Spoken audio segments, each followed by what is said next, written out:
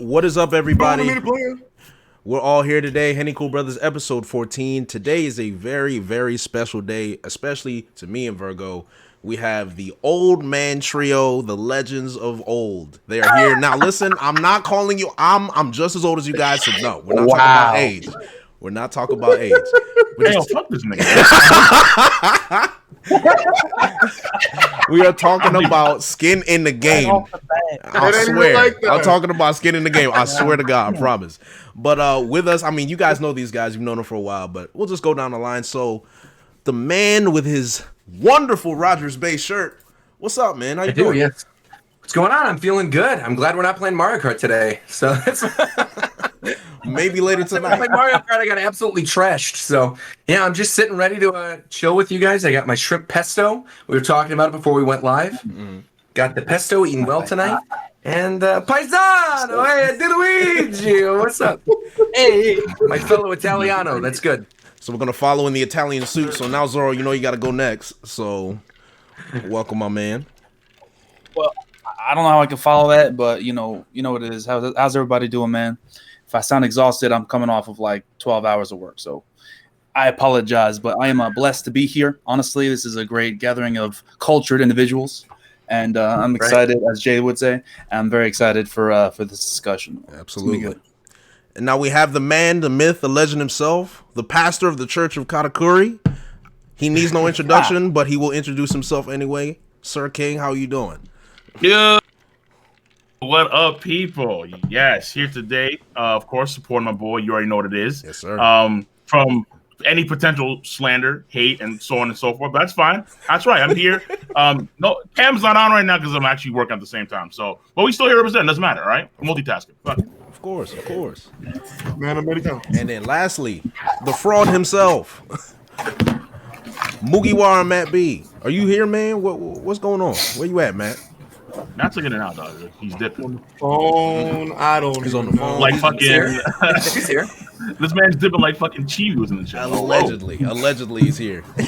I don't know. And then my brother. I hope he's all right. I'm on your channel. I don't see anything right now. No. We're on Twitch. I never stream on YouTube anymore. Oh, that makes sense. All right, that makes sense. He made the smart move. Yes, I followed in my forefather's footsteps. So you know the tag.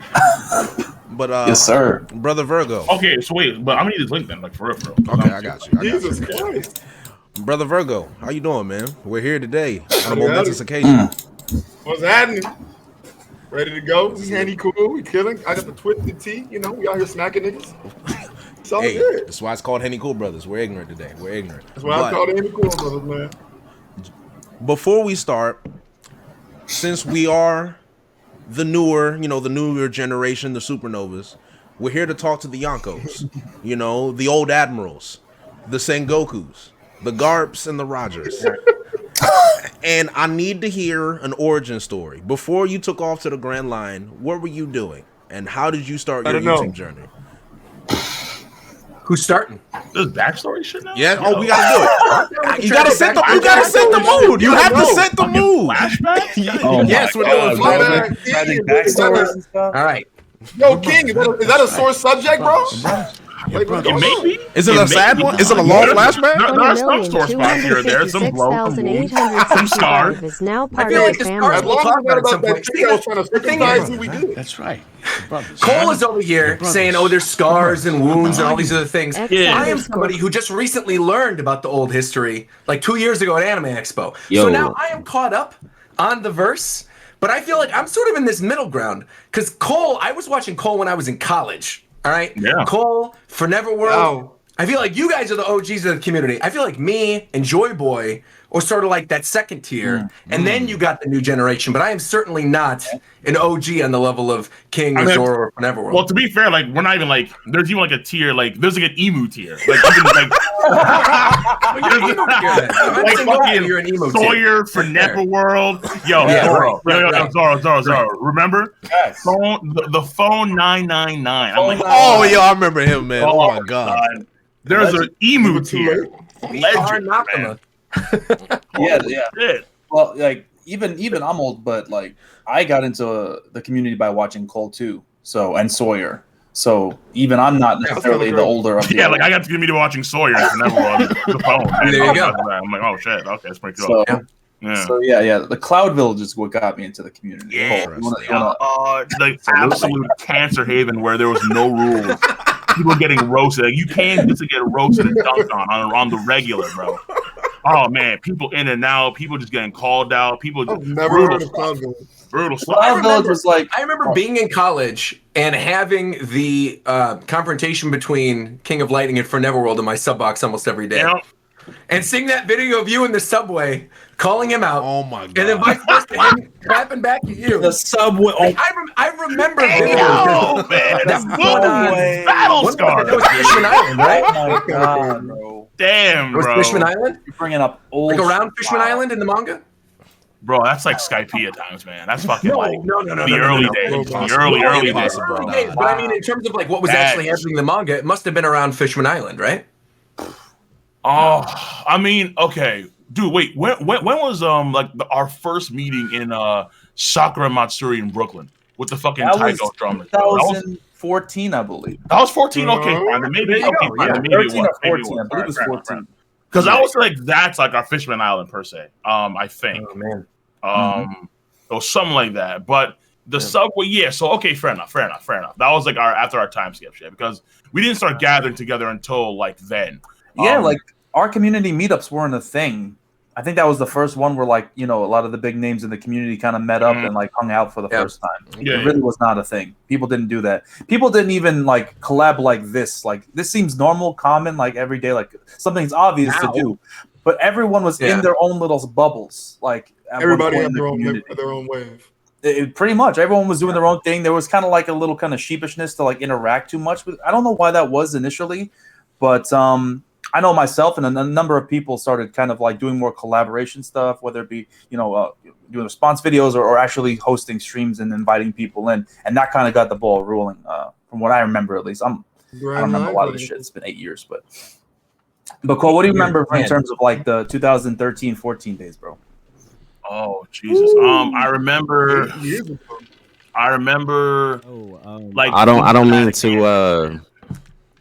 don't mean to interject, but I think I missed my introduction, so I just wanted to say hello. Okay, all right. You see, I called him a fraud when we started. Look at him now. Here he is. Yo, my bad. My background. Yeah, I just wanted to say hello to everyone. I'm glad to be here. Shouts out to you guys. Shouts out to the chat. Pleasure to have you, my brother. Great to have you. Chat, by the way, if you're not already following twitch.tv/JDLegend, go follow him right now. Appreciate you. Thank you. I was looking all over the place, like I said, trying to find that stream. I thought it was going to be on YouTube, but you're on Twitch. We made the What are you business move. drinking, by the way? This is allegedly pineapple juice. I'll just leave it at that. Allegedly pineapple juice? Allegedly. This is every alcohol that we have. I'm a little disappointed. Okay, no, this is pineapple juice and vodka. That's what it is. All right. There you go. There I it was going to is. say, be open. Like I was bringing up earlier, Reagan brought me You're gonna not tell me? The tequila. She hands me this. The tequila's for later. It's for later. Zoro, you have I time. told you to get some booze. All I told you when you first got here to get booze. right, well, I'll be right back. He said, "I'm here." Well, okay. All right.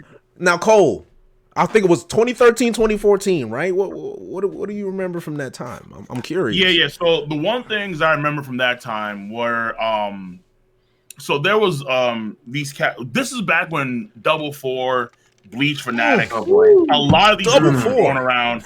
This was back in the Double Four day anime. where wait, is Rose here? Fuck, because I'm trying to recall a few things. He'll be back. Okay, I don't want to say this was during the time of the right arm of Elder Elric. I forgot about her entirely, but basically this is around the time when there was like a lot of like minor groups forming. I think it was like the beginning of the Cloud, or like sometime the Cloud Village. Right. There was Adama Green, like the Green Clan. There was like a bunch of these like random groups of anime people. Interesting. Where they're like it was almost like, honest to God, like some Naruto shit where like, you had the Cloud Village, you had like the fucking Konoha, you have like Earth Village, you have all these different groups doing a lot of Who dumb was shit. the Akatsuki of 2013-14? I would Bleach Fanatic and fucking Double Four for sure. Because these niggas right here, they were doing some crazy shit. Like they were doing some really underhanded shit. Like they were going around. I mean, like straight up low blow. Like we had because at that point in time you could actually get like you can get like your montage like removed if like you flagged the video. So they go around like flagging videos. They would post videos that was like some really like hyper racist shit. There was also not to interject, but wasn't there like a dislike bomb clan as well with people who like go to different videos and dislike bomb? Because I remember watching you. I was either you or Forever World make a video about it. That was Double Four and Bleach Fanatic. Right. That was Double Four and Bleach Fanatic. Right. Yeah, that was and both I remember of those Forever World guys. being like, "Oh no, I have nothing to do with this." And I remember watching at home. Oh yeah, the Anime Mafia. The Anime Mafia. Anime Mafia. Thank you, man. Thank you. That's what it was. The Anime Mafia. Yeah, I remember those guys. The name. I remember the Anime Mafia. The Anime Mafia. That's Hikachi right there, boys. Yep. Oh my god. Yeah, they sound like absolute villains. See, this is why I'm saying I'm not an OG, because this is like way before my time. This is still like years before my time. Oh, there he is. Yeah. Well, Roger, it sounded like It you was had real. some knowledge. It was real, son. But because of them and because I was watching them. I mean, try.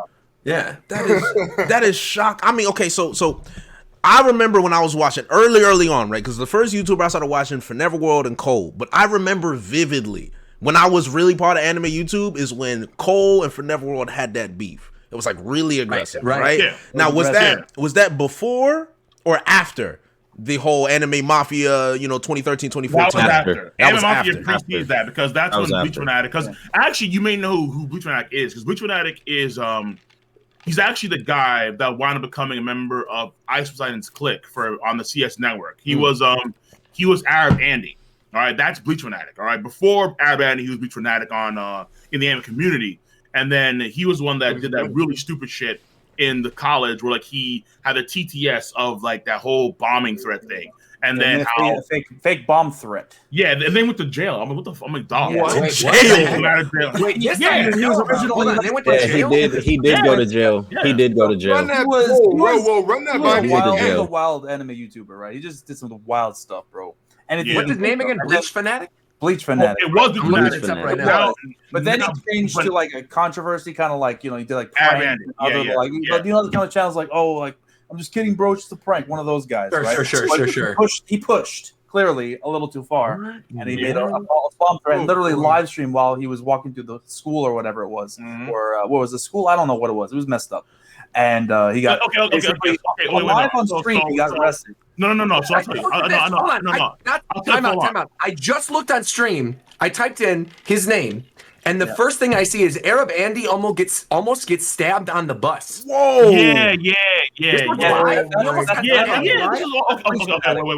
So because me and Joten and Popo and Ryan, we went through the whole thing. All right, I think Zoro maybe we're in and out on that stream, but I was like, we went through the whole thing with Adran before, where it was like this dude, he won a lot of notoriety, like he won like a lot of clout, and so he joined Ice Poseidon CS Network at the time when it was still popping, alongside like Asian Andy and like Mexican Andy, like all those weird guys. And then what he would do is that he'd have TTS on, and he'd have like he'd walk like with the IRL streaming, like he'd walk around do super stuff, right?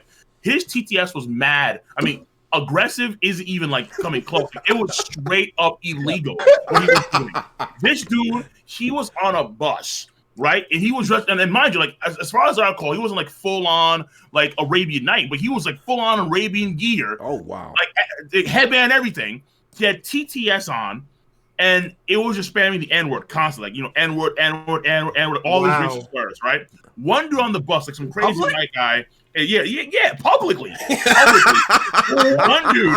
The man was wild. One dude on the bus, like this crazy white guy, is like talking about how like he has to stop what he's doing because he has quote nothing to lose at this point in time, and this one dude straight tweaking behind him. And he's like, actually, and he has like I think either like a knife or like a scissors, and then Bleach actually, actually, like my bad, dude, I just didn't mean. But he still had that thing blasting on full cylinders. And then when he went to jail, like a few weeks after, right, he was in a random classroom. I think in like Washington, I forgot the university. He was in a random classroom, like he didn't belong there. He didn't belong there at all. Random classroom. And then the TTS goes off, and it's like C4 initiated countdown, like ding, ding, and then people just run out of the building. They pull the fire alarm, and then he still has his TTS on. And you know as what's he's living, he's chilling. Like, you should watch it. It's insane. It's absolutely insane. Wild Wrong Roger, with this guy? he was the main lackey of Double Four.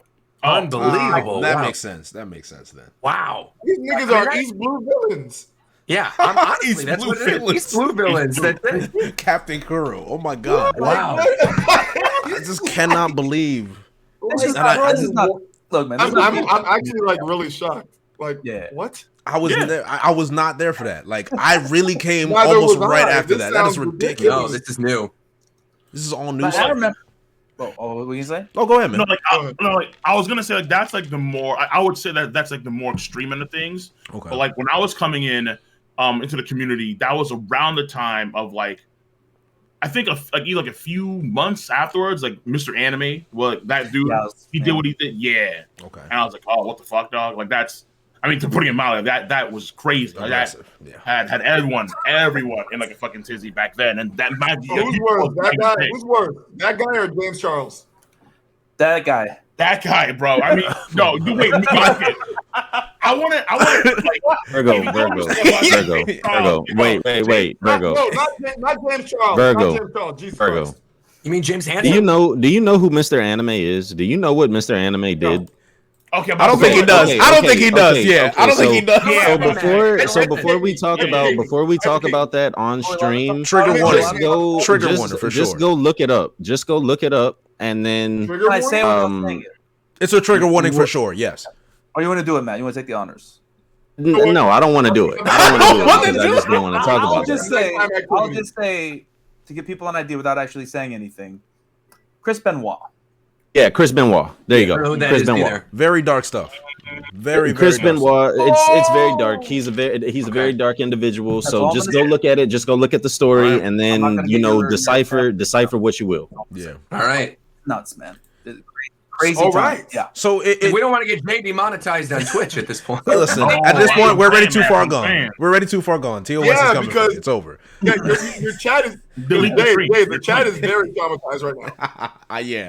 Yeah. But I mean, That is traumatized. this is good. Well, the history is necessary because we have to know how we've grown and gotten better. Yeah, chat traumatized. You have to know the bad before we go into the good. It's like progression, it's like our society. There was segregation, there was Jim Crow, and now, we're a little better off, you know what I'm saying? We can actually use the same bathroom. So like, we have to know this history.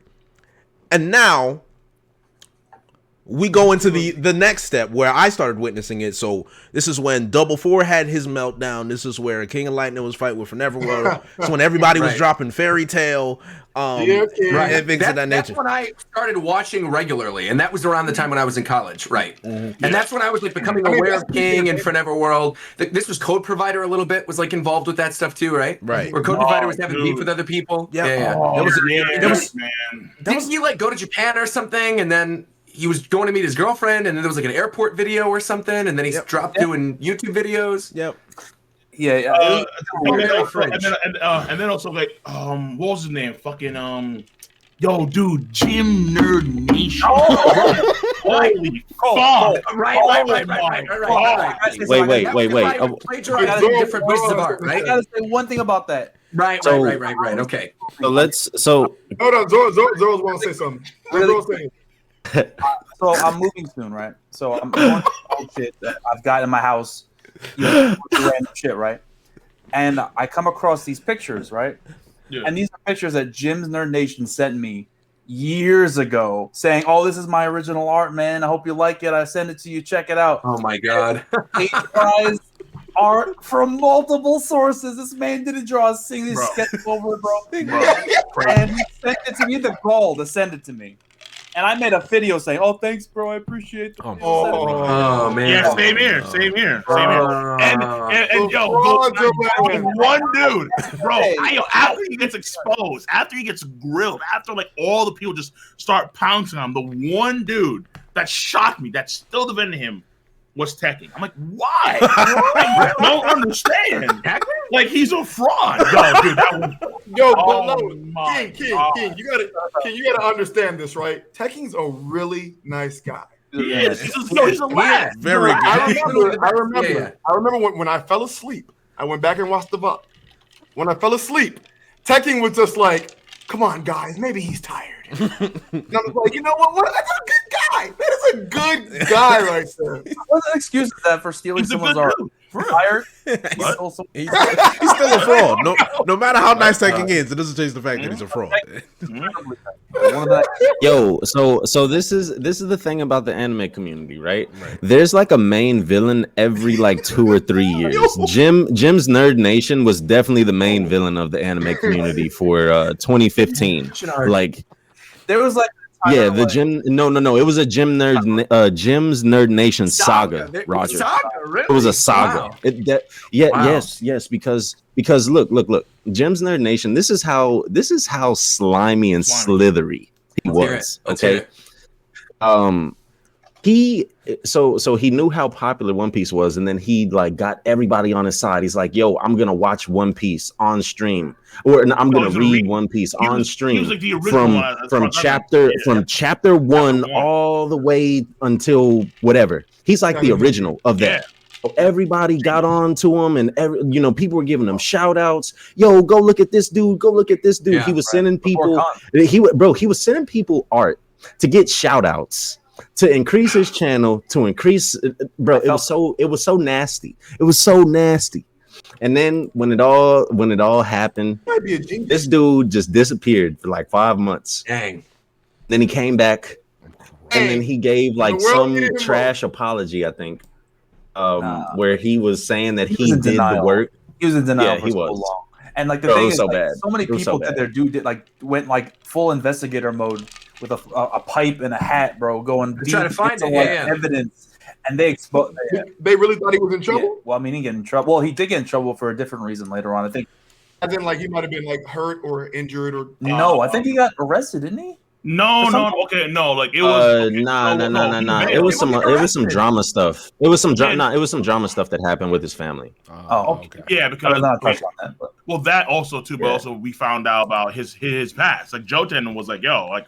Joten was like a fucking. Joten was the number one. Yeah, they went full investigative mode on that dude. The amazing thing, because while we're talking about this live, I'm like looking up some of these old channels, and I just found Jim's Nerd Nation on here, and it's at 3.7 thousand subscribers. So this person had such an impact on the anime community at the time. This is what early days it was. Is that somebody with 3,000 subscribers was able to make waves in this fashion, and become the main villain of his own story saga. That is unbelievable to me. Yeah, unbelievable. He had a lot more back then too. Wow. Yeah. Oh yeah. There's a couple of things about that, Roger. Right. So back then, the whole thing was getting to 1,000 sub was like getting to 10,000. Sure. Right. Honestly. Right. Okay. And then also, thousands of people unsubscribed from Jim's Nerd Nation after all of that stuff happened. So he was trending way up there. Like we said, he was the original person that said, "Yo, I'm gonna read One Piece on stream from beginning to end." Wow. Like he's the first person that I can think of that said that, because I remember when he first said it, I was like, "Yeah, there's no way. This nigga's crazy. This nigga's crazy." Yeah. The only thing I think about when I hear that name is I think about obviously all the stories you guys have told me over the amount of times that we've done collabs and stuff about him plagiarizing art. Like that to me is what I connect that name with. That's right. So that's the thing. He first got popular by watching One Piece or reading One Piece. Reading One Piece on stream. Quick pause. Or on long videos. Quick pause. Mr. Slam Jam just gifted 10 subs to the channel. I know just from the name that is a disciple of King of Lightning. So God bless. God bless you, Mr. Slam Jam. Thank you very much. Go ahead, man. No. You good. I was just saying that about about Jim's Nerd Nation. There's a couple of people like Anime Fan Talk had his own arc too, where he was the main villain. No. Anime Fan Talk is definitely not the main villain anymore. I don't think there's a main villain anymore. There is no. It doesn't feel like that. I think the main villain right now is like the companies and copyright and stuff. Probably what people would consider the main villain. Because the last main villain I recall was like a few years back. I think I forgot his name. The guy that was accused. No, like no. Bathtub Girl was a main villain. She wasn't a She was villain. a main She wasn't a villain. villain. Oh, yeah, It was definitely a villain. She was definitely a villain. She was definitely a villain. For anyone that doesn't know Bathtub Girl, hold on. Oh, no, wait. What was the one guy's name? Bathtub Girl. No. The guy. Okay, wait, hold on. This story 2 years ago at Anime Expo, and this blew my mind. Please educate the people who are in the chat right now who don't know about Bathtub. I don't know anything, so wait, please we'll explain. come back. We'll come back to Bathtub Girl. Tell me. We'll come back to unaware. Bathtub I'm Girl. here. King, who were you talking about? Okay, the guy who was accused of plagiarizing theories from Oral Jackson. Forgot his name. Oh, what's his name? Alpha Too Late. Alpha Too Late. Yeah, right. Alpha That's like Too the Late. last- Yeah, that guy. That's the last Alpha Too film I Too recall. late was the very beginning of He my was quite the era, villain. and joining YouTube. Alpha Too Late was definitely- Yeah. He was quite the villain. He was definitely a villain. So brothers. let's brothers. co-provider was a villain too. I'm not arguing with you. Kinga TWTV but is yeah, now whatever. part of the People in the family. chat, Heavenly's not a villain. You're But being trolled. Bathtub Girl, oh man. Okay, so here you go. Here's storytelling. Jay. Here's storytelling on Bathtub Team Girl. Tonto is now So part of the family. the way Yeah, to I'm right make there your with you. Don't channel worry about it. Yep. so once again, it was 1,000 subs back then was That's like right. You're getting brother. to Brother. 10,000. So everybody was desperate to get that sub count. Everybody was desperate for it. Like, I know y'all remember the Yokorama shout outs, which changed a lot of people's growth, which helped a lot of people that are in this call right now. But anyhow, Bathtub Girl, what she decided to do was revolutionary. Okay, revolutionary. She decided to review One Piece in her bathtub naked, Like butt naked. butt naked, bro. Like Butt wait, naked. titties out. They were some. They were like Bro, some- she was covering herself. Okay, I'm about bro. to say that's She was aggressive. covering herself, With a lot and then there of- were like a bad bubbles. idea. Bro, there was bubbles. It was like a Nami. It was like a Nami cosplay, bro. It was like a Nami reviewing One Piece. That's literally what it Bro. was. So Essentially then a I reply think girl, though, right? It was like, because the way you guys described it to me, it was like during the reply girl era, where like people would No. make One Piece chapter reviews, and then she would I like ain't gonna do lie. videos about whatever those other videos were about, right? yes. Roger. Yeah, You're right. No, it was I paid during the attention. video. It was during the video I was like, response era. I was there. It was during the video response era. So back Right, then right. you could do a Right. video response to someone's video, Y'all and then freaky as hell whenever with you that. did a video response, Chat. your video would be right is underneath. It would be right underneath the person's video that you're doing a video response for. So a lot of people would just do video responses to Forever World to get their channel bigger. A lot of people would just do troll video responses just to get their name out there, because your name literally pops up. Your video pops up right underneath the channel, right underneath the video that you're responding to. So like King right now, King has, or Roger has the most subs in here. Roger has over 200,000 subs. So somebody that doesn't have one single sub could go and click Roger's name, video response to this video, Give a nigga and then ideas. they get thousands of views instantly, Right. because Right. it's right underneath Roger's video, and it could be the worst video ever, but it has thousands of views on it. It has thousands of views because it's right underneath Roger's video. Sure. So sure. that's what Bathtub Girl did. She made every single one of her One Piece live reactions or chapter reviews a video response to Forever World, to Sawyer, to King, to whoever had man. all the subs. It was genius. I was about to say that is Genius. supreme tech. It was genius. And let's just say That's she wasn't. what I said when I Let's first just heard say it. she wasn't bad That's looking. good. She That's wasn't a good bad tech. looking girl. She wasn't bad looking either. So it's, Bad you know at what I'm all. saying? Okay. Not at all. But this That's was like a very good early on. I mean, this business was like the chat needs to know, because right now I feel like we're so integrated into the like OnlyFans era. This was pre-OnlyFans. Yes. This was Boy. She was ahead of her time. Pre any of that She's stuff. a pioneer. She was a pioneer. Absolutely. yeah. Absolutely. There was one stream. Hey, she God, what was it?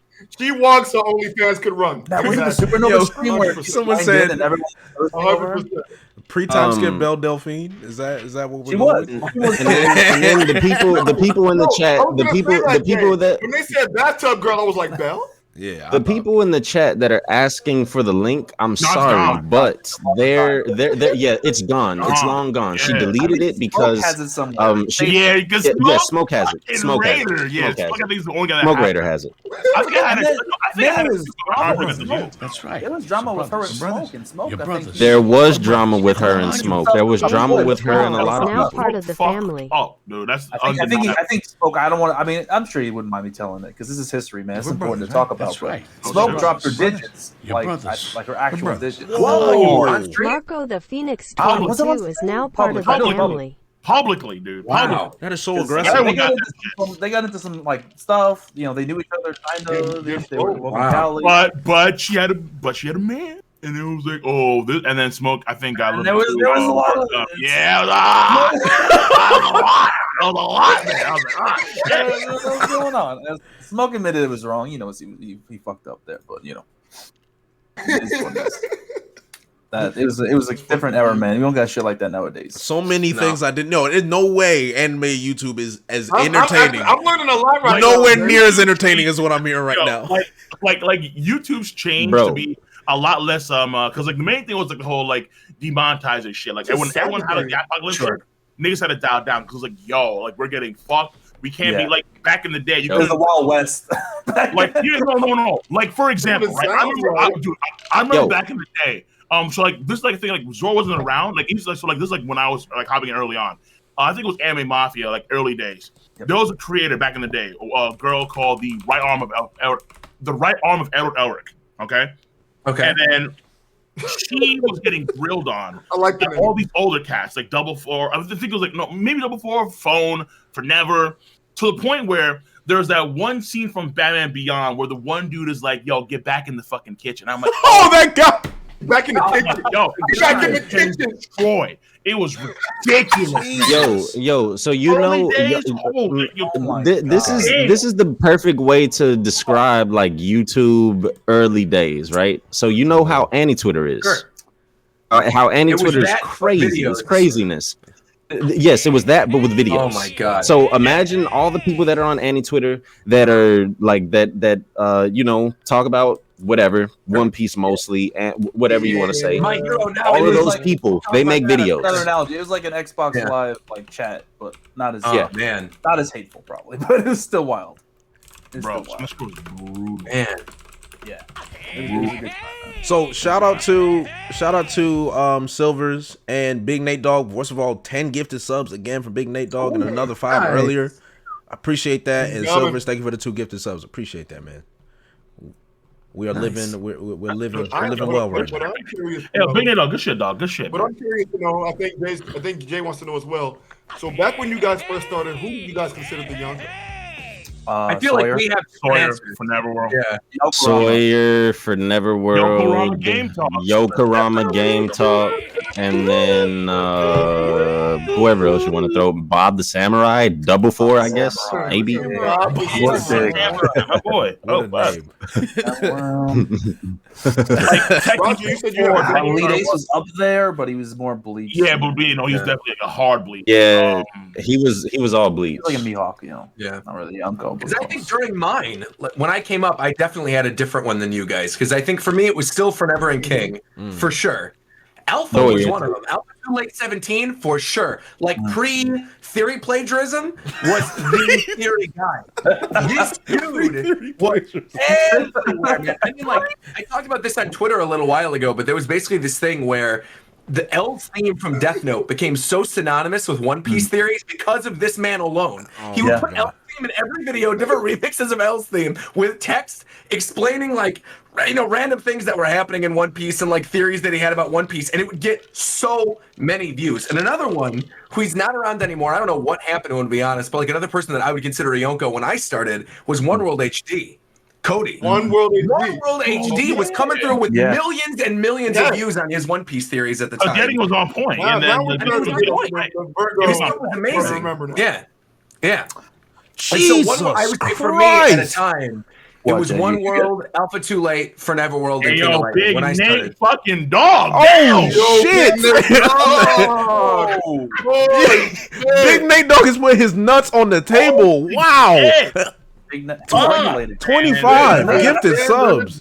Fucking pack leader right here. Shit. That is a God record. damn. I don't have Oh, there you go. Okay, Jay. well, Big Nate, I don't know where you came from, but please, you're welcome anytime. Thank you. The mega church. The mega church. It's all mega church. It's all mega church. This is mega It church. pays to be a member of the It pays. The taxes are coming through. All my years of taxes. There we go. Hey, that boy got his penny early, boy. Next month. Fuck. Next month. Sorry, penny. Yeah, Jay looking good this month right now. Like, course, man, man. yeah. You know what I'm saying? Oh, actually, though, but Hey. Jay, I'm not going to be playing for this, but I kind of want to switch this on you. So, who were the first people you actually saw coming into the thing? All right. Well, King, of course. Like, who are you, Yonko? yeah. When I was watching, who did I think? For Neverworld was the number one for sure, by a shadow of a doubt. Yeah. For Neverworld, King of Lightning, obviously Cole. I was watching Cole. I didn't like watching longer videos until your videos, Cole, which is surprising because I couldn't take the longer ones, but I was just like, all right. And then I watched Sawyer, and I actually watched a lot of Code Provider. Him Interesting. Yeah. and Double Four. Those are the main guys, right? And then I saw We Are Nakama, and that's when I saw Phone and For Neverworld and all those guys together. But the main people, Double Four, Sawyer, Cole, and For Neverworld. Those are the main ones. And then that's Sawyer's definitely in my era as well too. I think Sawyer was still still is very much a Yonko. Yeah, he always has been, always will be for sure. Yeah. 100%. and then there's an This is solo dolo. Like, he just be chilling, like just doing his thing, come up for a video. That's it. Like just Yeah. It works. Absolutely. He graces with us with his presence every now and again. Yeah. Down for a reverie. Absolutely. Which is cool. I had him in a GLC Every other once. reverie comes through. Absolutely. Extremely rare reveries. Yeah. now. I had him on the GLC. I think it's literally the reveries that I host. He comes to. Yeah. And that's like, has he come to any other reverie? Yeah. I think Likes I don't think so. Did he go to Bragos? Other people really need to send him, No. paper boat messages. Not everyone's sending paper boats saying, "Hey, come to the reverie." Yeah. Sawyer. It's a one-time thing. It's a one-time thing. Yeah. But funny. what type of videos were normally coming out back then? Because now we have a lot of the faceless videos with discussion videos and reactions and reviews and things of that nature. What kind of videos were out back then for One Piece? Oh, for One Piece. Mainly reviews, like discussions. Like the one guy I remember, like who did like a lot of like topic videos, discussion videos, was Larry, OAW Commander in Chief. Shout outs. Larry, I already know. Weekly. All right, fucking this dude right here. I remember him. He did a video that blew up back in the day. It was about Naruto and why he didn't like Naruto, why he hated Naruto. Something like that. And then I remember he also did a few things on like I think it was either Dragon Ball Z, Inuyasha, Yu Yu Hakusho. So, but most of the content was review content. So like we read the chapters, whether it's the reactions were very, very rare. But it was more so reviews on chapters of either One Piece or Naruto, Bleach. At the time, I think there was still some stuff going on for Hitman Reborn. And then also Fairy Tail. Hitman Reborn, wow. Just to go show, like when I got into the community, Fairy Tail was still pretty decent. Yeah, a lot of fairy tale reviews back There was then. a lot of fairy tale stuff. Fairy tale, and that's kind of how I got into For Never and King was the fairy tale. I was like, nobody I fucked with in Chicago, they didn't like that shit. Right. So I was like, all right, let me see who's doing that. I like the fairy tale. Also, I'll back up Virgo because I completely agree. Everybody back in Chicago was all reading One Piece. All of my friends in college, One Piece or Naruto. It was all _fly it was One Piece or Naruto all the way. This guy is Occasionally, out of though, control. I will say, And more. wow, Big Nate Dog is flexing. Yo, man, I lied. When you now church part of the pays family. well. The church pays well. Like, holy shit. Yo, somebody, Jay, is he good tonight? Listen, I is now part of the family. He said, Jay, since you're getting so many subs, will King of Lightning do black teching? I'm actually curious. I don't know what that is. I know what Black took. He did for 1,000. He did. Yeah. Francico 1,000. is You now watched part that? of She the was great. family. What the fuck? Yeah. Hell yeah, but I'm not gonna lie. The suit. You feel me, man? I'm like, wait a minute, dude. And those fans, like, I'm gonna go. Kanye Shogun is now all part of the I'll go business family. casual. I'm like, oh fuck. I need to upgrade my shit. Yeah, like Tekken's all setup was so good. He had like a whiteboard and he had all the pictures pinned to the That was whiteboard. Oh my god, man! And That was he would fun. wear his suit, right? He'd Yeah. have a suit. Well, he did his Bleach reviews, and he would like go and like point to all the different things he was talking about. It was actually really dope the It way he was. used to do his It- review. I mean, he Funny, still man. is dope. But my point is, yeah. If back it, in the day, the if Bleach- it was not for Black Tekking, I would not actually know who Tekking was. You actually told me who Tekking Really? was. I didn't know who Tekking was until I saw Black Tekking. I was like, who the hell is Tekking? Wow. And I was like, oh, this is So- interesting. Was Tekking around was before you guys?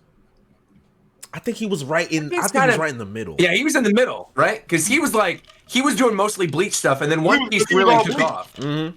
And then, because I I would say like One he was Piece going- wise, Tekking was kind of with me and Joy Boy. Yeah. Like in terms of One Piece stuff, but I feel like in terms of everything else, he was an OG for sure with Bleach. Yeah. Oh, Like, he no was- doubt about he it. was the Bleach Yeah, guy. no doubt about it. he was Yeah. him and Okay, Elite wait, Zoro.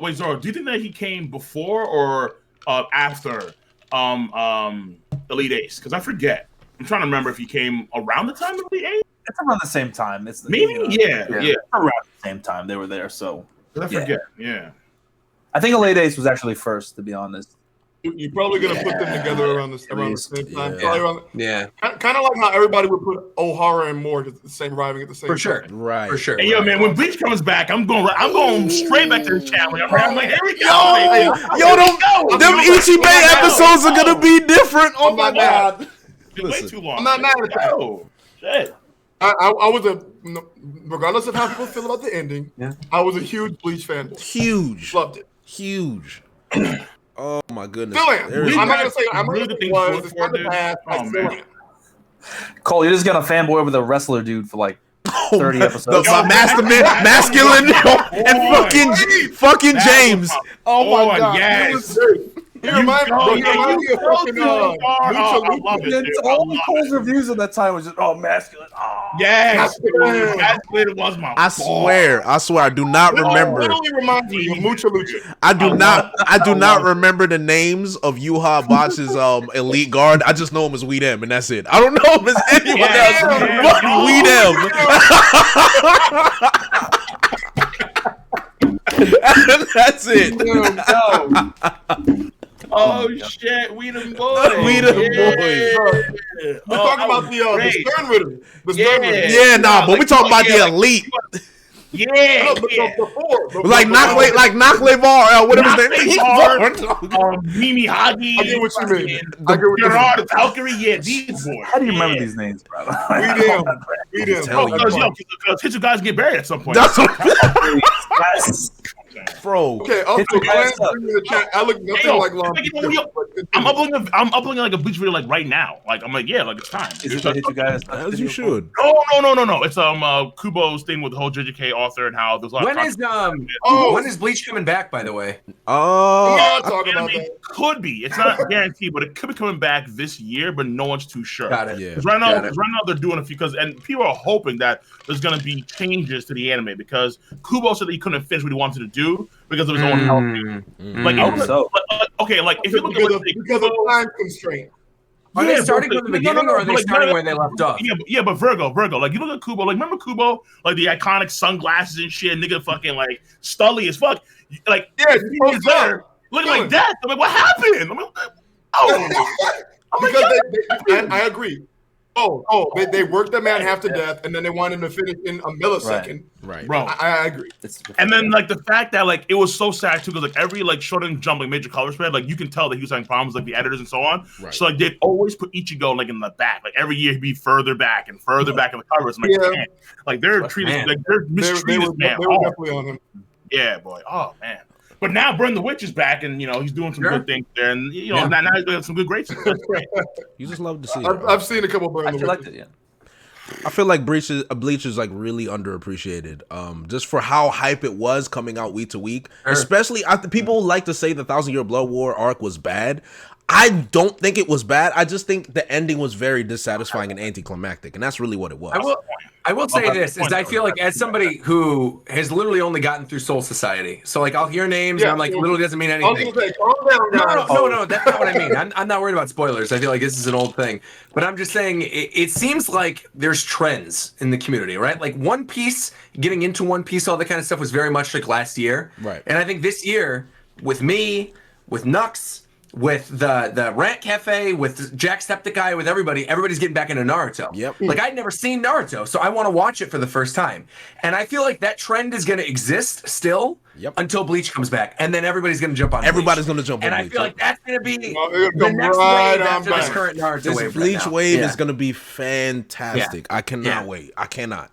Because I think people don't understand it. I'm an anime guy in general, and I think people underestimate the fact that Bleach might be the best out of the three in regards to the anime. Like there's so many iconic moments when it comes to the Bleach anime, especially with Aizen and the Espada and the Spanish guitar OSTs and Grimchild and I've listened to that already, and I love it. I know that. Come on, really good. Bleach OST from now till I die are They're really undefeated. good. They are the best. Best soundtrack, yeah. The best. They're wonderful. You hear that? Yukio coming out of the darkness, everything is dangerous. I'm just like, oh no, it's over. Yeah. Fuck, dude, that was great. So good, man. Now, before we get lost, because we've gone way away from One Piece, now it is time to go away from the flashback. It's time to go away from the flashback. Now we have to talk about current events. So now we're going to talk about chapter 1005, and we got to address the elephant in the room. We have to do it, okay? Wait, Jay. Before you do that, because I know, because King's ready for it, and before you do that, I just wanted to say how I found out about these fuckers. Who? So, okay. Yeah. Go ahead. Who? How I found out about these gentlemen is that I was watching anime, basically read manga on my own. So I actually went to YouTube and I typed in black anime YouTuber. And the first two people that popped up were Brago and Roger. Why Roger popped up, I have no idea. Roger's like, huh? I have no idea why Roger popped up, but I clicked on him anyway. I appreciate it. Thank you for clicking on me anyway. Thank you. I'm curious, Roger. What were you putting in the description box? But you understand, Roger, you popped up a lot. You used to pop up a lot in my feed, like a lot. You understand? I watch your videos, I watch your videos too. Like Roger, you understand? Your name carries so much weight. It's ridiculous. I think the weird thing is that I float amongst different communities, right? Like I've always sort of been somebody that like, I'm on something, then I get on to the next thing, whether it was like, One Piece and then Hunter x Hunter or whatever, and then I sort of carry through whatever it is that I like, and I continue to follow that thing until it ends. And I think for a while there, the only thing I was doing was One Piece from like 2017, because I started my channel in 2015, like when I came to LA. And it was like still early days. I was doing like Japan Time with Shofu. I was doing all that kind of stuff, like more gaming content than anything else. I saw that. And then I was watching like King and watching Forever World and being like, well, I like watching these guys talk about One Piece. Why don't I do the same thing? So I started doing videos, and that was around like mid to late Dressrosa is when I started with the manga. And it went into like Zoark, everything. And then I'd say like Whole Cake Island, early Whole Cake Island was really when I was just cranking out exclusively One Piece stuff. And then I got really burnt out on One Piece like late 2018, 2019. And then I was like, bye. And a lot of people got really angry about it when I moved on to Hunter x Hunter. And then, of course, I did the jump to the official release, and then more people got angry, and it became this whole giant thing. And now I think it's a lot more balanced. Like now I feel like I'm happier with where I am, where I'm doing like One Piece and Titan and like all this other stuff. But for a while, it was mostly One Piece and then the occasional Attack on Titan thing. But like when I started my channel, like only the early people know this, One Piece was not what I started with. I started by doing reviews of Attack on Titan, the manga, and reviews of Akuno Hana Flowers of Evil. Really? That's where I started. Flowers of Evil. Wow, that's a throwback. Because to me, so my co-host on Japan Time, Ricky Cocaine, shout out to Ricky Cocaine. Shout out to Ricky Cocaine. But Ricky Cocaine and I were college roommates, And so basically we would read manga. Oh. And the two big things we're really into, I obviously always loved One Piece, but he was huge into Attack on Titan and Akunohana. And so we would basically read the chapters every month. We'd go back and forth, talk with each other. And I was like, man, you know, I'm doing Pokemon battles right now on YouTube. And like, I'm moving to LA soon and I want to do something, but this is like a fun side thing. I want to do videos and things I'm passionate about. So I started doing reviews of Akunohana and Attack on Titan. If anybody out there has those Akunohana reviews, by the way, like please send them my way because I would love to upload them as a video one day. Like I've been looking for them, I can't find them. Part of the family. So I was mostly doing those series, and I didn't get into doing One Piece stuff regularly until Sabo came back. When Sabo came back was when I was like, all right, I'm going to start doing it. Yeah. And then my first major chapter reaction was Kaido, the reveal of Kaido. Oh yeah. So people equate me. I remember that being one. like I had one. being Yeah, that around. one was Yeah. great. That was great. Like I was a great. I mean, that's the first time I'm like, who the fuck is this guy named Roger? Some funny ass shit. I like this shit. I'm subscribed. And all of a sudden, that kind of video was hilarious, Roger. One of your best in this day. I'm not gonna I appreciate it. Thank you. Appreciate it. I remember. Well, And most people's first videos are one of the first videos I saw from Cole was because she's hurt. What was that? Was it? What was it? So one of the first videos I saw from Cole was because she's Urza. Because she's Urza. Oh. What that mean? Oh, okay. No. It's okay. That Fucking Grand Magical Games bullshit. And I know you know what I'm talking about. And I hate the fact that I know what you know because I like it makes me so mad to see this guy have success. Like it just pains my heart. I'm like, this nigga should be fucking ostracized by the manga community. But no, what's hilarious about that kind of like that arc when it comes to the fairy tale is that multiple reviewers, without messaging each other, contacting each other, or even like having any sort of like what do you feel about the chapter kind of discussions, right? They independently, multiple ones, independently came up to the idea of like, I am dropping this shit right now at the same exact time. So many people were dropping fairy tale at that moment. At the same exact chapter. So I kind of It feel was like that's one of happening the right now. I drop my video I've and then I ever go to read my my feed. entire Yeah. I drop my video and I go to my feed and I see that like 3 other people. Damn. I'm sorry for DJs, man. Dropping fairy tale. Hilarious. That It became universal, but Jay put us back on track. I apologize. Oh no, Yeah. I mean that was I appreciate that one. God, that's one. One, Roger, I don't know if you paid attention to the chat, but they're saying you're invited to the cookout now, and you apparently play Appreciate it. I got apparently play spades with a do-rag. So Go test it out right now.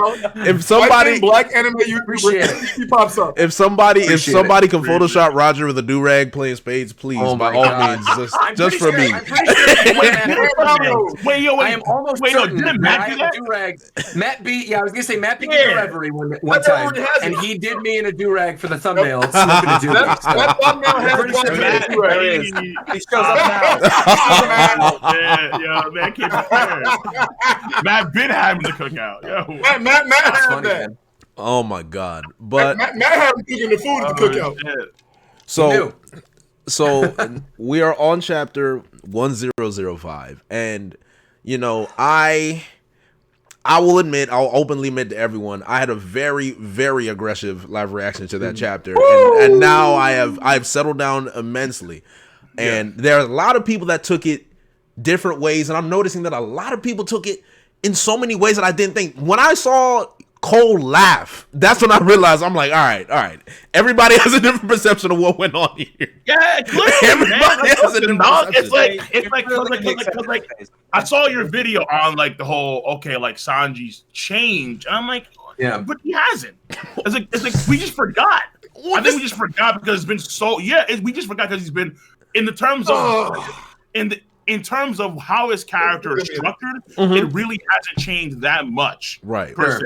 Oh, that's added things Look at to Zoro's it. face. I'm just saying, like, I'm just saying, like, Oda's added things. Okay, fuck it. Oda's added things to it, though, right? He's added things like he's become way more of a leader now in the post-time skip. He's had this whole German attitude to him, where now he's like some crazy, like, super villain type figure, where like most of where like a lot of his like notoriety comes from. But like when Sanji does massive perv shit, and then there's a hard comedic spin to that. That's Sanji true to form. Like it is. Yeah. It's Sanji true. No, to form. and you're totally right, but I think the reason that a lot of people are sort of thrown off is because it has been a long time. Because even if you think back to Dressrosa, right, where like he was doing the perv stuff with Viola, it was still he defended Viola, he gets kissed, and then he goes and kicks Doflamingo, and then they get sent off to Zoe. So it's still this moment where he's like, oh my god, going toe to toe with Doflamingo, this is kind of hype. Then you get the stuff with Zoe, sets up with Whole Cake. It's like Sanji's never been better than he was in Whole Cake Island, and then you get to where we are now, and he's sort of like back to where he was, like Fishman Island, where he was looking at Shirahoshi and dying and turning into stone. Right. So it's not even close to that. It's not even close. No. What Roger said, it almost the way Roger just described it to me, it almost sounds like regression. I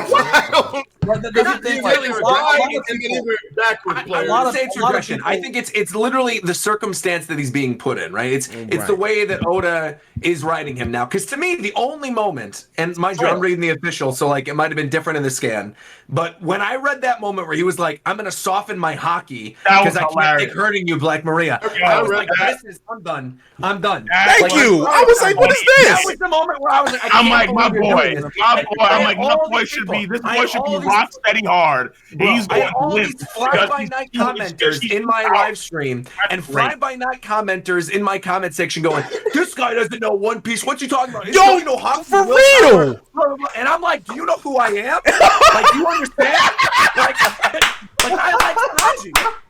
You gotta understand. Do you know who I am? Yo, talk your shit, Roger, please. Please. DURAG Roger is here. Yo, you know who I am? You know who I am. I've been covering One Piece for 5 years. This is my main job, all right? My primary revenue is covering One Piece. I understand that hockey is willpower. It's not that I don't understand that. It's the way that it's written, in which he says, "I'm going to soften my hockey for you, Black Maria," where I'm like, this is, in the words of Sonic the Hedgehog, no good. No good. Wait, but how is that not funny? That was some of the fun. I'm like, I'm not saying it's not funny. You should be like, I'm not saying it's not funny. And I admit you're like rock steady. Wait. Number one for years. No, Cole. Okay. Like Sanji, he's so Robin. We're getting a hockey class, guys. We gotta calm down. We got the hockey class going. We need one at a time. Robin has needed a fight for years. Right. This is what it takes to give Robin her fight. I'm fine with it. It's fine. But at the end of the day, I'm happy for Robin. I'm happy for Robin. I totally am. But at the end of the day, if Sanji's going to go off and fight Jack now or whatever, I'm cool with that. I'm totally cool with that. It's fine. But the Black Maria moment, there's no way to argue that isn't regression in some way. That's what I've been saying. Exactly. Now, King, what is your side? King, let me hear what you got to say. Let me hear what King has to say. Zoro, you're right after Zoro. I got you. No. I don't know how you can say this is regression for Sanji from, like, let's say, a character perspective when Sanji had an entire arc that was a very serious, like, for the most part, no real comedy at all, like, for the most part, drama. And then when Sanji's removed from that, he's now reordered to in the crew as his usual self. He goes back to his usual state. Right. I understand that. Wait, hold on. I want to ask you a question. Wait, because it goes right to your point. I want to ask you a question. All right. Does Big Mom have a vagina? Yes. That's my question. She does. Okay. Yes. Big Mom, attacks Sanji. Sanji used hockey to deflect Big Mom. All right. This is an instance in which he says, "I'm not going to hurt any ladies, whatever." No. What is Big Mom? What is Big All right. Mom? Okay. Wait. So Roger, hold on. So wait. I got you. Wait. No. I got you. I'm done. I know. Because I know what you're going to say probably, because this is what my comment section was saying. They're going, "Oh, but Sanji knew that he couldn't hit Big Mom. He knew he couldn't hurt Big Mom because she's a Yonko." No, not that. So go ahead. I believe, but I could be wrong on this one, all right? Oda, I think, even stated that was actually written to be more of a block rather than an attack directly on Big Mom to save his sister Reiju. Okay. Oda did say that. Yeah. So if Oda's clarifying, no, that was not an attack, that was a block to save his sister, then that's a whole different matter. But it's a block. Then how come he couldn't save his own life from Black Maria? Okay, wait. Black Maria. Hold on. Let it mention this point. So again, he's not getting like fucking, like, you don't see Sanji like fawning over like Chief Arm big mom. Like, nah, it's only the pretty girls, obviously. And then in Sanji's case, in Black Maria's case, she's able to take out all the dudes in the area, like she said, but obviously she caught him ultimately because that's Sanji's ultimate main weakness. Right. And then Sanji can't do shit when it comes to women. So the play on that is that, and this ties, I think, to Henny's lobby. It's the word I think is called a juxtaposition, where you have Sanji being unable to actually save Robin in Henny's lobby because he chose his own creed, his own code over Robin at that point in time. Now here he is trapped in the same situation, and this time Robin comes to save him, and then Robin thanks Sanji. Robin said, literally, thank you for relying on me, and I appreciate that. And then Sanji slides away like, oh my God, and that's it. Yeah, Sanji be a simp, but at the same time, I was like, people have to really understand that like Sanji has to have comedic roles because, and I think one person in my tier 3 said it like the best one I told to them, where it's like, I think it was Twilight. He said, you have the head geisha of Wano country. Why on earth wouldn't Oda write something to do with, have Sanji have something to do with her? Sure. Especially with our Kabuki themes, particularly with perverts in Kabuki plays, and Oda's been doing that time and time again. It's true. So that's true. That's a good point. Very nice what Oda's trying to do with Sanji for some comedic roles, and then now for the most of that for the most part, I'll say that's probably done. And then we go on. That's my assumption, right? Is if he goes on to fight Jack. Like I've seen some people memeing about it and like Dritz memes about it and stuff, but ultimately, like I do think Sanji fighting Jack is a good fight. That's what I've been saying. That's a good fight. That's what I've been saying. I genuinely think that'd be good. Well, let me say one thing. Now go ahead, Zoro. Yeah, go ahead. Yeah, go ahead. There's a lot of layers to this. There's a lot of layers to this, right? Yeah. Number one, right? When it comes to Sanji, people like him for different reasons, right? People like him because they think he's funny. They like his gag. They like the fact that he's multifaceted with his cooking abilities and his personality as well as his fighting abilities. But a lot of people really like Sanji because of the Mr. Prince era of Sanji, right? The cool factor, the swagger, the suit, the cigarette, the jazz music. That's why he's my second favorite Straw Hat because of that. He was saucy and a lot of the feats and things he did pre-time skip. And it kind of blew my mind when I thought back recently to think Sanji has not had a significant fight against a person in post time skip since it started. Against, Fishman Island, we gonna count that? No. Watasumi, no. He Virgo, no. It doesn't really count. You're not gonna count Doflamingo, no. Not a one fight, even in his own arc, he hasn't got a fight. And I understand One Piece is not all about fights. People go, "Oh, One Piece." I get it. All right. Like Roger said, I've been doing this a long fucking time. I know what this is about. Hold on. But what does this have to do with Sanji not getting a fight right now? It's like Sanji's had fights in this arc, so it's like, okay, well, no, he hasn't, Cole. He's had clashes throughout the entire post time. Okay, wait. He has had fights. Page one was not a fight. Thing was not a fight. Fair enough. He dominated him, and then afterwards he fought against Clash against King. He didn't fight. Even like Yonji was off screen. We didn't get to see Sanji be awesome. Wait. But what I'm saying is, what does this particular moment with Sanji, if you let me continue, have to do with the? Okay, fair enough. I think you went from Bleach, get in trouble with Jujutsu Kaisen. What is this, Cole? Yes. Did you just upload a video while we're live?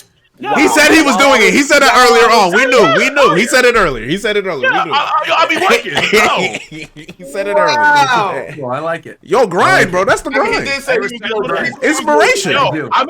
Ever since last year, I've been putting in a lot more effort. I've been seeing it. We've been seeing it. I respect you working, but at the same time, you do the one. You love to see it.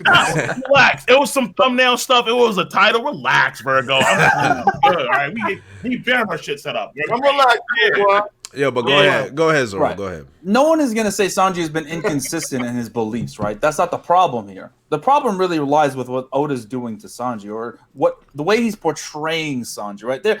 Yes, I understand it makes sense. The Kabuki theater, you're gonna have a pervert there. Yes, in that kind of context, it makes a lot of sense. But did he really need to put Sanji in this particular situation? Like, realistically, Sanji could have gotten out of that with a raid suit in 2 seconds if he actually went all out and decided, I'm just going to avoid Black Maria and run away. Okay, and yet they spent it chapter after chapter of disrespecting him. Chapter after chapter, unnecessarily, Cole, and they're doing it in a way. And Sanji, let me explain. Keep going. And Sanji always plays this role, or he does a lot, which I think is unfair to him. And like, I think that, if Oda traded Sanji more like he traded Zoro sometimes, then he would have a lot more respect behind him, because every single time, there's like a big baddie, Sanji's like the guinea pig to show off how strong someone is sometimes, bro. You don't have to put him in that situation. You have to. Even if it makes sense within the scope of the story, Oda's deciding, I'm going to use Sanji to showcase how powerful. He's putting him in the Yamcha situation. And no one wants to see that. If you like that character, you don't want to. You have all the other Straw Hats that could play that role. Frankie hasn't gotten that. Has Frankie ever been bodied by a big baddie? Stop. Listen. What you're saying is factually incorrect. The only thing is factually incorrect, right? The problem with Sanji, for real, because the only person that he's gotten bodied by is Doflamingo. That's it. The only he got bodied. He couldn't even get past Doflamingo's Gucci coat, my nigga. Wait, not even true, all right? This dude Sanji, he didn't even burn a single feather. Wait. This dude Sanji, for the most part, has had a lot of clashes with various fighters, okay? And Holy Island for emotional reasons, for family reasons. Yeah, I understand. Let him finish. I'm not talking about the character. No. But you're talking about fights. You said that if I'm talking about portrayal, how Oda puts him in situations where there's no success to be had. Sanji has had success, but you're ignoring that success because you don't want specifically. Okay. So, for example, all right, he once again decimated page 1. Number 1. Number 2, he saved Momonosuke. Obviously, that's huge success. That Number is a 3, success. Yes. That's success. That is a but Cole. Wait. That was a very good moment. That was a good moment. Wait, okay. Then, if you want to go back to the arcs, in the previous arcs, he had saved, like he wanted to, he saved Tashigi and the Marines from Virgo. That was a success. He's getting that mission. Yeah. He didn't save it. The poison gas was coming in Virgo. That's a save. That's a save. That's not a save. That was not a save. That's a save. I'm giving him that one. I'm giving him that one. Zoro. Wait. Whoa. Virgo, you're the Virgo thing. You want to clarify for the people? Wait. Because wait. I'm not going to let Dempsey roll around this. No. Wait. No, very simple. No, he didn't lose. Wait, hold on. Very simple. He lost. Okay, hold on. Let him say it. Hold on. Let him say it. Did Virgo, was he A, did he kill some of the Marines? And then B, was he not going to kill Tashigi? He was. So then, did Sanji's interference come in there and actually save Tashigi? He did. Yes, he did. But the ultimate interference was the gas. Yeah, the gas interfered with the fight. Okay, if you put it that way. If you put it that way, yes. Not Sanji. Right. Both Virgo and Sanji bail from the gas because they're gonna die. Well, Virgo went to Smoker and because the gas. No, but he left. He went in the same direction. Skywalking. They're leaving out. They're leaving out a massive win for Sanji as well that I'm surprised hasn't been brought up once. The wedding cake. Because the crux of the story arc is the wedding cake. The wedding Big Mom. cake. Yeah. Absolutely. Well, yeah. I mean, I'm not done yet. It's like okay. Oh, okay. Yeah. Yeah, but my whole point here. Yes, exactly, Virgo. Exactly. Right. This motherfucker right here. Stop, Virgo. Stop. We're not doing that. All right. I just want you to know that's a W. We're leaving that alone. Right, yeah. That's a W. Look, I'm not. Wait. Let him. Cole's been trying to finish for like 20 hours. Let him finish. One last point. Right. So the main thing here is that it seems to be that the main issue is that Sanji doesn't have any major fight W's. It's particularly that and that alone. That's really it. Am I wrong? Am I right? No, I mean you're right. But So, at the same time, it's like I think I never said that. The wedding cake is massive, right? At the end of the day. I want to reiterate, Cole, because you're arguing against something I'm not putting up. Yeah, Cole, you're arguing against something I'm not saying. So I didn't You say. said listen. You said that if Sanji was more like Zoro. No, that's not what I said. That's not what I said. Cole. I'm not saying. I'm not saying that. I've known you for years. I'm not saying that. Fuck, Cole. Let me talk. All right, King. All right, come on, man. Come on. Go ahead, Zoro. I've known you for years. That Sanji didn't have great I moments. lost gambling money because you couldn't get that shit done in time on the cruise. Bro. God knows. Yo, look at back. Yo. I lost a lot more money than you did, bro. Okay. All right. Okay, Now we throwing low blows. We going below the belt. Hold on, we're breaking them up. All right, let's go back. Doing? Let's get back on topic. Yo, King, you are out of line. I lost money. Am I really going to lose money, dog? Come on, man. What? Oh my god. Yo, okay. Okay. What the fuck was I saying? I wasn't talking shit about Sanji's accomplishments. All right, I'm talking strictly from people that want to see him be cool and fight and win fights that are actually a one-on-one fight. That's not a stupid clash that is off-screened or ends in one panel or two panels. No one cares at the end of the day what happened with page one as much as most, like some people in the community do, because it didn't even mean anything. He came in, took out page one, and then it was over before we even knew about it. I mean, and page one was fine. This is Next the time we really saw simple way to put it, right? Is that to me, prior to Wano Country, I was very much like, oh yeah, I'm down for like the Zoro Sanji debates, whatever. But now where we are now, and I know it's such a goofy thing, I know it's a meme like rooftop feats, whatever, but genuinely, like him not being there and Luffy and Zoro being together, it's like it's not a debate anymore. It's like Zoro is. Bro, yeah, there's no debate. There was never a also debate. part of what I was trying to say, Cole. I think at a point you could argue there was. And I think has now, changed. I agree with you 100%. Nothing has changed. But I think when could you argue that? Baratier? Community in general, there was a time where it was like Zoro and Sanji were very much talked about in the same fashion. And I think now the majority of the community has sort of moved away from that and been like, okay, yeah, we acknowledge Zoro stronger. We accept Sanji for who he is. Let's continue. You know? I mean, we all knew that, but Cole didn't. But we all knew that.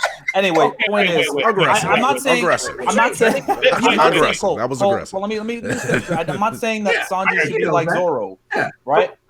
I'm just saying that like Oda doesn't disrespect any other Straw Hat more than he does Sanji when it comes to portrayal and goofs and gags and having him be the butt of the joke, and that's just a fact. Nobody.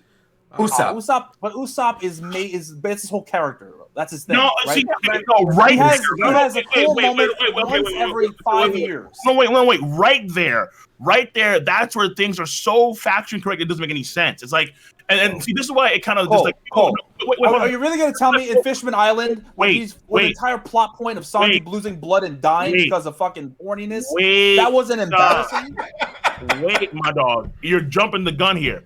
You're talking about, in an arc where I think he was a bit over aggressive in terms of having Sanji literally have the nosebleeds every other scene. Right. But at the same time, Sanji also showed not only the ability that Luffy and Robin were awing about the sky for the first time, but then he showed even more impressive feats than Jinbei does. It's like, who gives a shit? And then, and then we see it. Island, everybody and their mama can skywalk.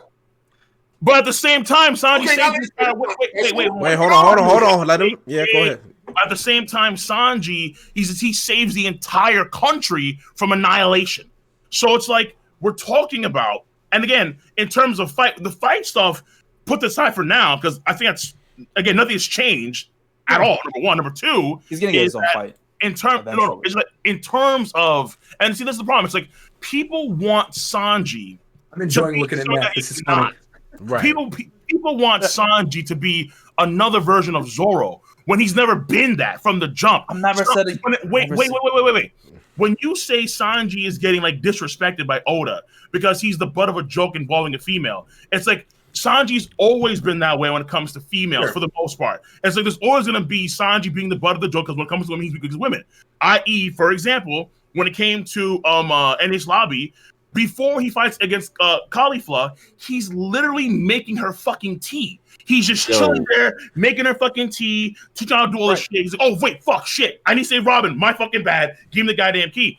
And you go from there where you follow the trend of Sanji's character. I mean, Sanji... Right, this is a repeat of Zoro, let me get the floor after King real quick. But his main power-up, well, at least like the Hell's Memories power-up, is based on a gag that he got after finding Abu Salom was, trying to make Nami his wife.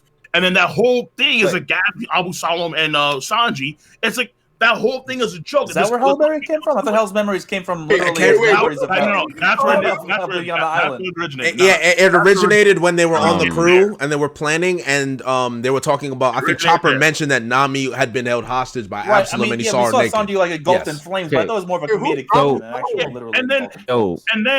And then on top of that, it's like when it comes to finally last points, like when it comes to fighting, the reason why nothing has changed is because we know that both Zoro and Sanji got stronger because of power-ups. Because ultimately speaking, Luffy had made so much progression in terms of power over the past 2-3 arcs, and then Zoro and Sanji had nothing to to catch up to Luffy. The dynamic has always been, as far as I can tell, that Zoro and Sanji were always a little behind Luffy, and the same thing applies here. Because that's what Oda's trying to do. So one thing, I want to interject real quick because I left real quick. I want to interject with one quick thing: is that Reagan's been overhearing this conversation in the other room, and she was talking about who is trying to argue that Sanji not using haki isn't demeaning, because she believes, as somebody who's relatively new to the series, that it is absolutely demeaning that he would. Yo, and then let me just add. Go ahead, Matt. Just add a little bit to what Roger was saying, or not what Roger was saying, but just about Sanji. I don't really want to get too deep in this because it's just tired. But the thing that I'll say about Sanji, just the major difference that I notice in between post time skip and pre time skip is the fact that anytime is on screen post time skip, he succumbs to his gag, and I don't think that's kind of annoying at times. It's like it's just how much that it is. Like it's like Sanji has become his character has become that gag where it's like, oh, here goes a lady. Like literally as soon, and now once again, King, I'm not saying that this isn't a part of Sanji's character, but for it to happen over and over and over and over at the abundance that it is, I think that's where people get a little frustrated with. That's what I think that it is. Wait. Out of curiosity, how can you say that when there was an entire arc where that was pretty much non-existent, if not in only like little dosages? There's an entire Whole Cake Island. There's an entire 2-year saga of that, where Sanji does very little of that stuff because it's like how can you say that? If it's little dosages, it's not. On the whole, if you look at post time skip versus pre time skip, I think Sanji's perversion didn't necessarily get in the way of fights or didn't get in the way of like life or death situations. It happened, but that's not true. It was no. It was very it was very rare. Very rare. Khalifa's the only one you can think of, and then maybe Thriller Bark. That's about it. No. But that premise was also the premise of Bone Clay. Like if Sanji, that's not perversion. That's not perversion, though. That's not perversion. No. I would say that ultimately the way it's been set up now is that because Sanji trained with the Okama for the 2-year time skip, that now it's like been propelled to this new level. Extra thirst. And one more thing to add. One more thing. Let me just let me add this, right? Which fight in post time skip? No, I'm saying literally all these situations. If you're looking at Black Maria, if you're looking at the stuff with Viola and Dressrosa, if you're there's little bits and pieces. Fishman Island, of course. Fishman Island, with all the stuff with Shirahoshi as well. Yeah, there was a lot there, but like, where's it getting in the way of the fights per se? Sanji still has his fights, though. Okay, you didn't say get in with the fights. It gets in the way of the story. Like before I enter, so guys, let me interject. Let me interject real quick. Matt, what is it that you wanted to say? Oh, okay. I just wanted to just throw one more thing about Sanji, and I don't agree that you have to prop someone or okay, so right, like Robin obviously was getting propped up with all this stuff with Sanji. Deservedly you have to throw Sanji all the way down to the ground to prop Robin up? Like, why can't there be a heavy balance of both? Or like if all it is to get Robin here, and that's what we're using Sanji being trapped in this web for. Like, why couldn't Sanji go and do something else? Like, he literally he had the observation hockey thing go off, right? He had the observation hockey thing, and then he goes and he gets captured by Black Maria, and where he has the abilities, the facilities to get out of that very easily. He decide, hey, we're just gonna stick here because this is a woman. Now, I'm not saying that that's not consistent with his character. What I am saying is that it was completely unnecessary. You're saying that it went one step too far, basically, is because I agree. It just went too far. Because I think if you're in that situation with Black Maria, right, you can have that moment with him saying to Robin, like, hey, I really want your help. You get that badass moment. Robin comes in, slap across literally the exact same thing.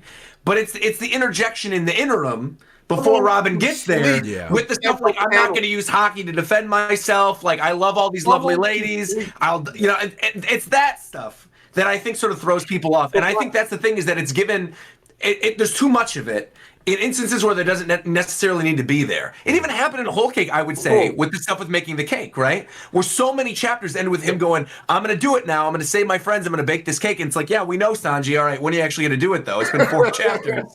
And it keeps ending with your face saying you're going to bake this cake. Go bake the cake. My thing is, and I think here's where the disconnect comes from. Cole, what I was saying is not only is the gag, I can let the gag go. The gag is fine. Nosebleeds, cool. My issue is that Sanji is constantly used as a hype tool to bring other characters that we love up, rather while he gets shot down. I don't like that. It's all right. So the problem I'm seeing is like a lot of fold, but the main thing here that I'm getting is that Sanji, even though he has good and cool and epic, I'd argue, moments of the entire the post time series, because his gag in Fishman Island was very aggressive. And now they're seeing his gag somewhat return in Wano country because he's with the geisha women. It's now a bad thing because we don't like it. It's not cool. Well, but I don't think it's a bad thing. That's again not the argument. The argument is no. So Cole, in a general sense, that's fair. In a general sense, it seems like Sanji, because he wasn't cool as shit when it came to handling Black Maria situation. Yeah. Therefore, this is a bad thing for Sanji to not be cool. He's women against most of us are saying this is more of an Oda problem than a Sanji problem, that he's put in these situations where it just doesn't need to happen. He doesn't need to be put in these situations, right? Why not use another character, another Straw Hat? You could have used anybody for that. I mean, you don't necessarily. I understand there's a parallel to all the arcs to give him his character moment. To get in that situation to say, like, "Hey, Robin, I need your help." Right? I get that. I get that. I like that. Okay, so but this is why I think when I said we kind of forget who Sanji was before all this stuff, and then how this is what we're seeing with this true to form Sanji. Whether it's repeat or not, or whether it's too much, I guess it depends on you and how much comedy you want with Sanji, or whether you thought it was funny or not. I thought it was hysterical, honestly, I'm gonna front. However, in terms of, let's say, the Black Maria scene, you can say there's a Kabuki play theme that's been repeated, and in that play theme, the pervert gets punished. Sanji got punished because Sanji got caught because he was suckered in by the that one long neck girl, and then the spider guy. He got caught in because the whole unwrapping thing. Even the whole those samurais perverted technique of unveiling the kimono shit. Yeah, right. So then Sanji got caught. He got punished. Right. He can't handle the situation. He calls for Robin because obviously he's fucked no matter what he does.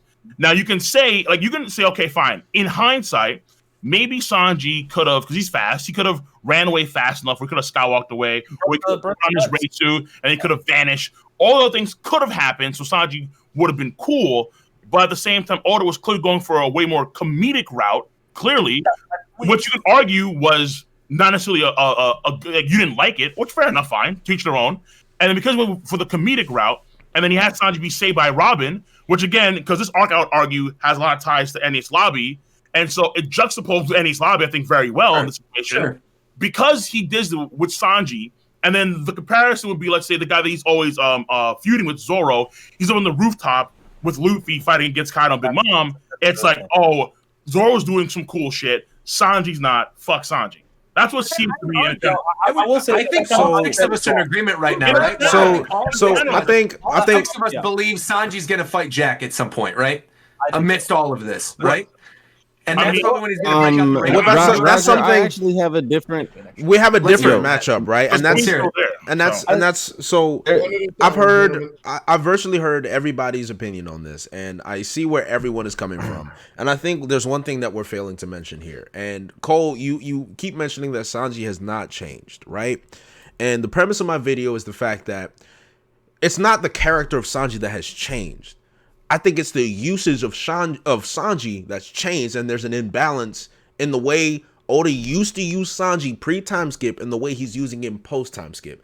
While he has his cool moments, if you look at Sanji pre-time skip, look at all the moments that he had that we would consider W's that are not even fighting feats. So you look at Little Garden, you look at Mr. Prince, you look at him talking to Crocodile, you look at him talking to Chopper outside of the casino, you look at him saving the crew from the banana alligator, you look at the Gates of Justice, you look at Skypiea.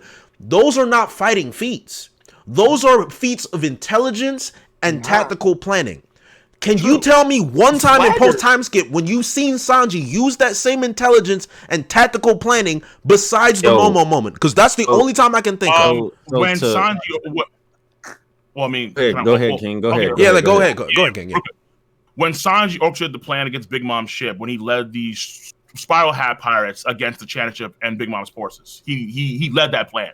That was his play. That was his plan. Exactly. Right. And then also when he had the plan to actually, he made the call to save Nami, Brook, and Song from this situation because he had a family problem, obviously, with Germa, and then he goes to Capone and he handles that. When he honestly, I would say that he had some plans initially for the German stuff, but because of Zeph threats, obviously, those didn't fall. A lot of his plans fell short. He had a lot of plans there, but they all failed. Obviously. Now, Cole, the issue I have with that has happened. Honestly, and then also, too, him leading the Marines in Punk Hazard to handle the kids. But that's not... But Cole, that's not the same degree, and it's not. It's not the same degree, right? Because that's Sanji, like you mentioned. Sanji's more of a leader post time skip. You were right when you said that, right? But that's not the same moment. It's not the same. It's not a 10,000 IQ play. It's the obvious play. The thing with Sanji is not the type to make the obvious play. Sanji's the type of person to make the play nobody expects. And that is not. We haven't seen that Sanji yet. No, wait. But that's not true. Again, how? Okay, hold on. You're saying that's not the same moment. Who expects Sanji to lead Marines to handle the kids for Robin, Chopper, and Nami that are freaking out, coordinating, you guys do this, you guys do that, That was not expected at all. That was Sanji literally taking control of an entire group of people and handling business. But that's not espionage. That's not him. That's not him going off on his own. That's the point. That's the Mr. Prince moments we're talking about. That's just him being a leader. There's a difference, right? And leadership. Yeah, go ahead. Go ahead. But you're saying unexpected, that's not like true. Like that's not something like Sanji does normally unexpected things, the crazy things that are more espionage based. Well, again, that's what we kind of got. Like that's what he attempted to do with his own family, but that kind of failed. And that's what kind of seeing now. Like for example, that's what we kind of saw with the raid suit stuff in Wano country in various occasions. It's the Momo moment. Without question, it's the Momo moment. That's the only one. You can argue also the bath scene one as well. So that also want to be a gag moment too. That was a bad moment. I'm not gonna lie, that was scummy. What he did in the bathhouse was scummy. You know it was. It was funny, but it was scummy, and you know it. Because the assumption is that he's there to actually like protect Nami and Robin and so on, but also people at the same time. It's a trade-off there, where it's both dramatic and espionage, but at the same time comedic as well. But you see, there's a mix of both. It's like that's what I'm saying. It's like he's had an entire arc. Where like if you went to like a big ass W, I don't know how much bigger you get than saving an entire country from decimation. Of course. Where you literally so like the W's that he's gotten, arguably in the post time skip, supersede those. No. I can't let you say that. I can't let you say that. I cannot let you say that. I'm sorry, Cole. No, you can't say that. You can't. Sanji versus Jabra alone. And Sanji and you see, okay, you're going back to the fights again. You're going back to the fights again. I'm talking about no, but we're not talking about fights. See, Cole. What it means within Cyberpunk. Cole, let me counter. Wait. You're talking about the fights. I'm talking about scale. Okay. No, I Okay. understand. I understand. Wait, Sanji, but Sanji and Wait, Skypiea. At no point, Thank you. Sanji and Skypiea saved the crew. That was fantastic. He stopped the Maxim. He broke the Maxim. the That is Maxim. saving Wait, all of wait, Skypiea. Yes. Wait, stop. The Arc Maxim, what he did at Rain Dinner, like all that was amazing. Wait, he stopped the Maxim for a period of time, absolutely, and then NL put the screws back together, like literally, and then Arc Maxim kept on flying. Wait. King of Lightning. He stopped Big Mom for a period of time, and then the bitch was on bumpers again. No, not true. No. 10 Literally, seconds. No. Literally, it was stated by Peril Sparrow. No, it was stated by Peril Sparrow directly that if we can't stop Big Mom, the entirety of Toland is going to be obliterated. Sanji, in the process of baking the cake, he saves millions of lives. True. Millions of lives. So at what point in the pre-time skip, in terms of scale W's, does anything come even close to that? That's actually a good argument. Okay, so here's a quick question. Well, Cole, I have a counter. I have a counter. What happens if Sanji does not save the Straw Hats in Alabasta from the banana crocodile? What happens? Alabasta goes up in flames. Yeah, but not millions of lives are going to be wiped out by millions of lives. There was a bomb in the plaza. No. Really petty? Crocodile, no. If he doesn't save him, whole cake doesn't even happen. But that's real petty. So I'm not gonna do it. No, because we don't know. Listen, dog. I'm not gonna. To be fair, To be fair, that is kind of true. I ain't gonna front. I will give Virgil that slight W. But we're in a story called One Piece. We have plots to get to, so fuck it. All right? We're in a story called One Piece. Plots have to happen. Needs have to get captured. Fuck it. All right, fine. But yeah, fair enough. But like in Alabasta, right? It's like Crocodile had a base of operations, kind of like Doflamingo. Right. Doflamingo didn't want to murder all of his citizens. He was a leader. Crocodile would have been the same way in the Grand Line, such speaking, with Alabasta as base of operations. He would have everyone. He would have wiped out the nobility. They wanted to get Pluton, right? And assume that he was done with Alabasta. Now, Cole, what I would mention is no, we don't know that. We have no idea. Well, Cole, you do know when they were all fighting in the plaza, that was all part of his plan before the Straw Hats were even escaped. So that bomb was going to go off no matter what, and all those people, civilians, they would all die. And it would have been a devastation to that country. No. All those guys there were military. Meaning that if the military soldiers are about to die, that's fine. But they're civilians, the revolutionaries. There was a lot of them. The revolutionaries in Alabasta. No, fuck that bullshit. They don't count. The they don't count. How? They're citizens. Wait, stop the fucking press. My nigga. Wait. If you're a fucking revolutionary and you're out there fighting with a gun in your hand, my nigga, I don't care if you're a kid. You're a combatant. It's time. Chat, I want you to be aware of what Cole just said. If you wield a gun, it's over.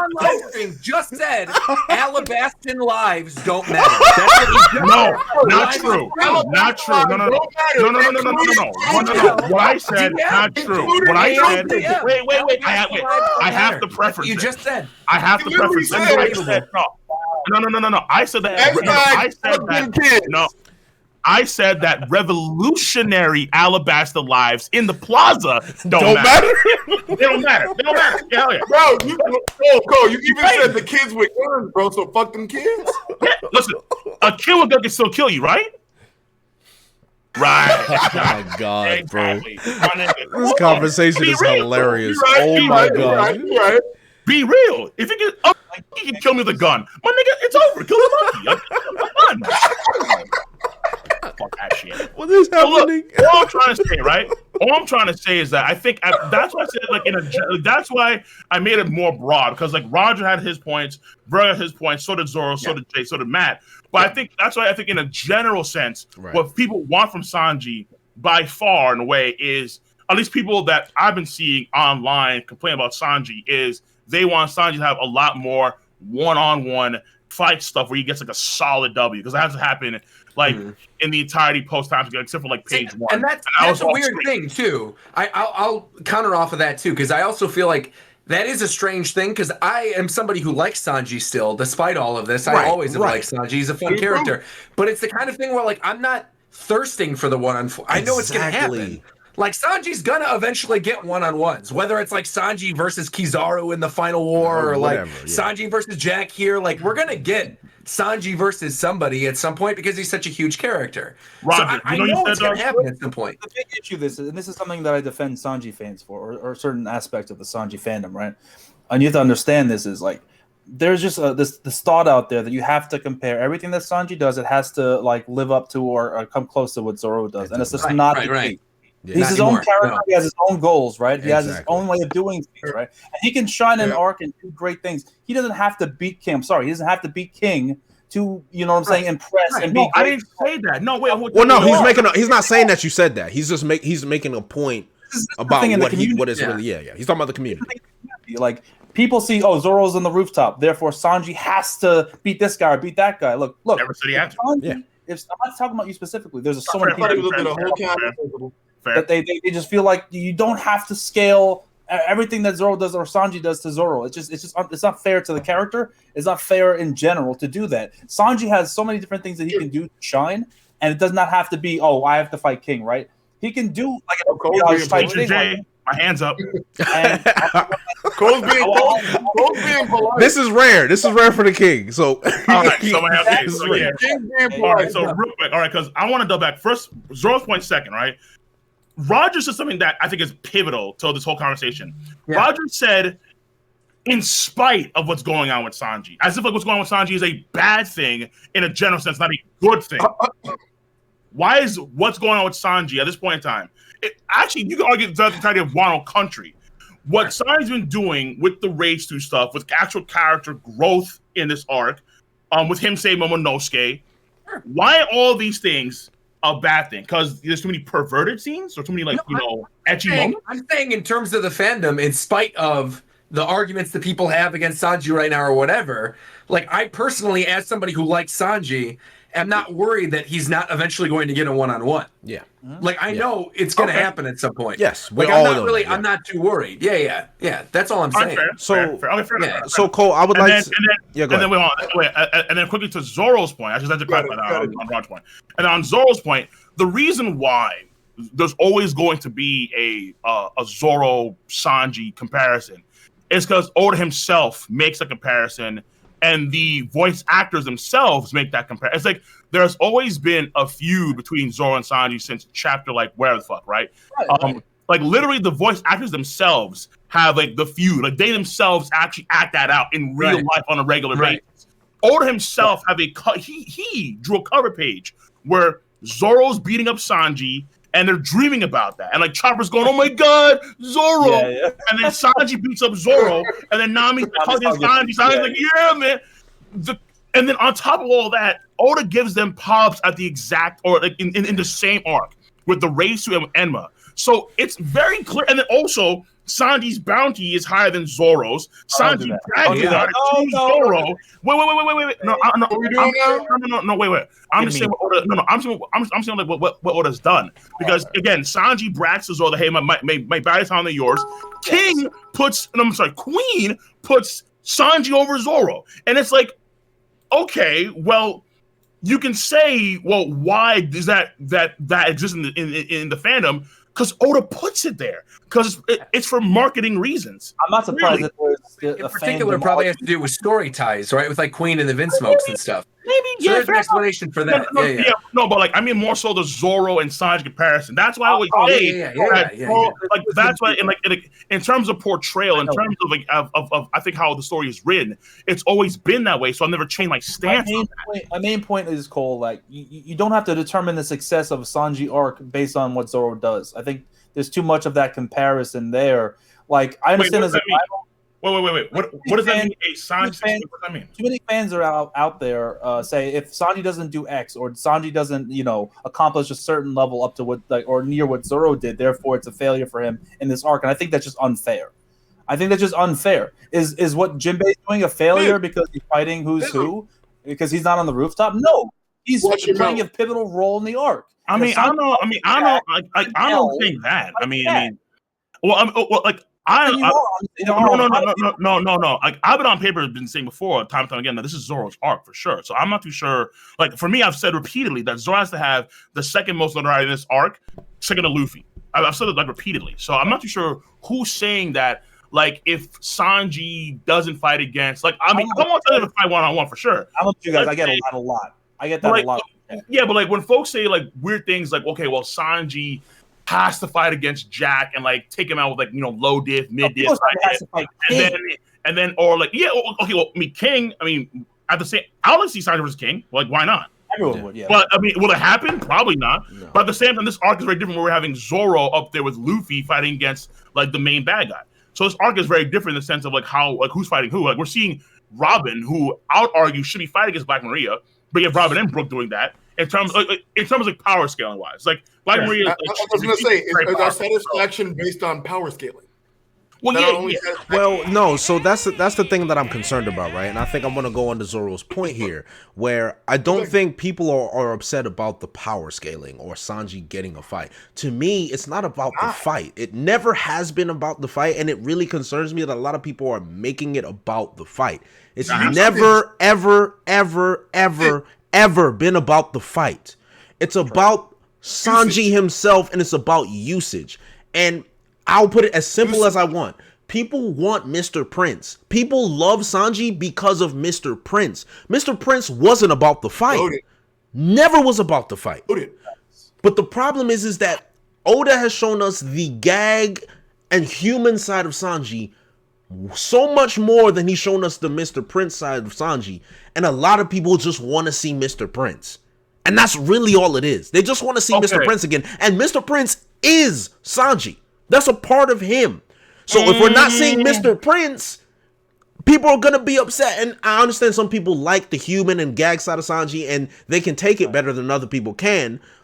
But if we're not seeing Mr. Prince at all, if we're getting 20% Mr. Prince and 50% gag, you cannot be surprised when people are disappointed in this moment where we're in Wano, we're in Onigashima, we're in the war. We are waiting for Mr. Prince to show up. We got a slither of Mr. Prince with the Momo situation, which was great. Everyone was excited. The problem is hold on, before I'm almost done. The problem is the gravity of what happened to him versus Black Maria has completely made us forget the moment with Momo because it was so aggressive and so excessive, and Oda took it so far that we're like, all right, we don't have to go that far. We don't have to go that far.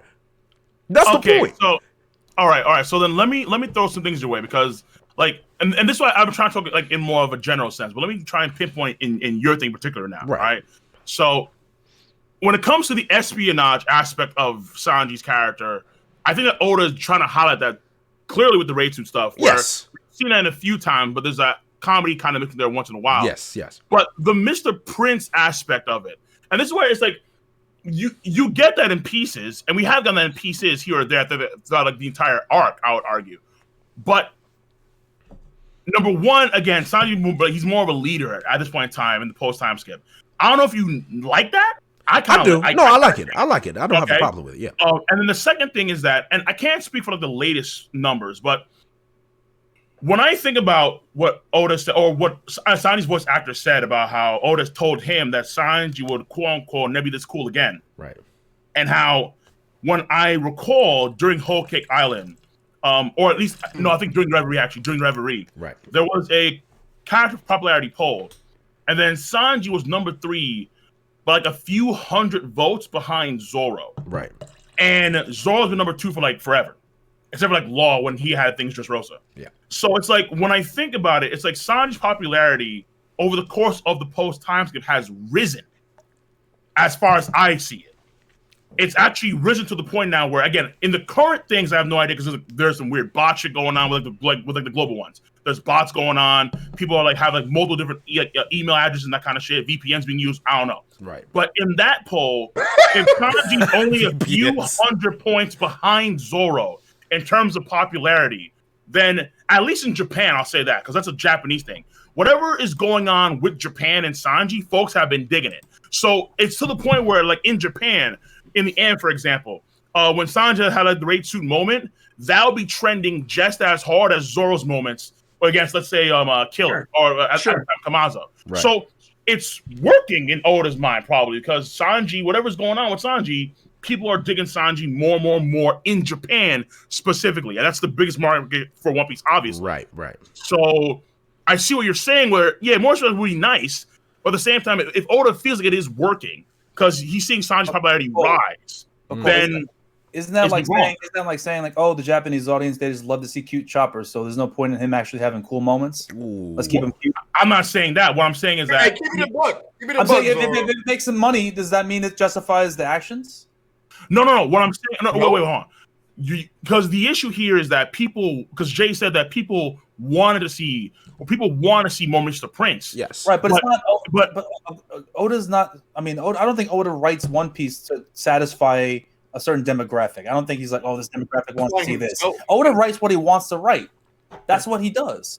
He's not trying. I mean, he can write about. He can have horrible arc after horrible arc if he wanted to, and still sell ridiculous amounts of One Piece. So I don't think he's pressed to like, the fans want this, the fans want that.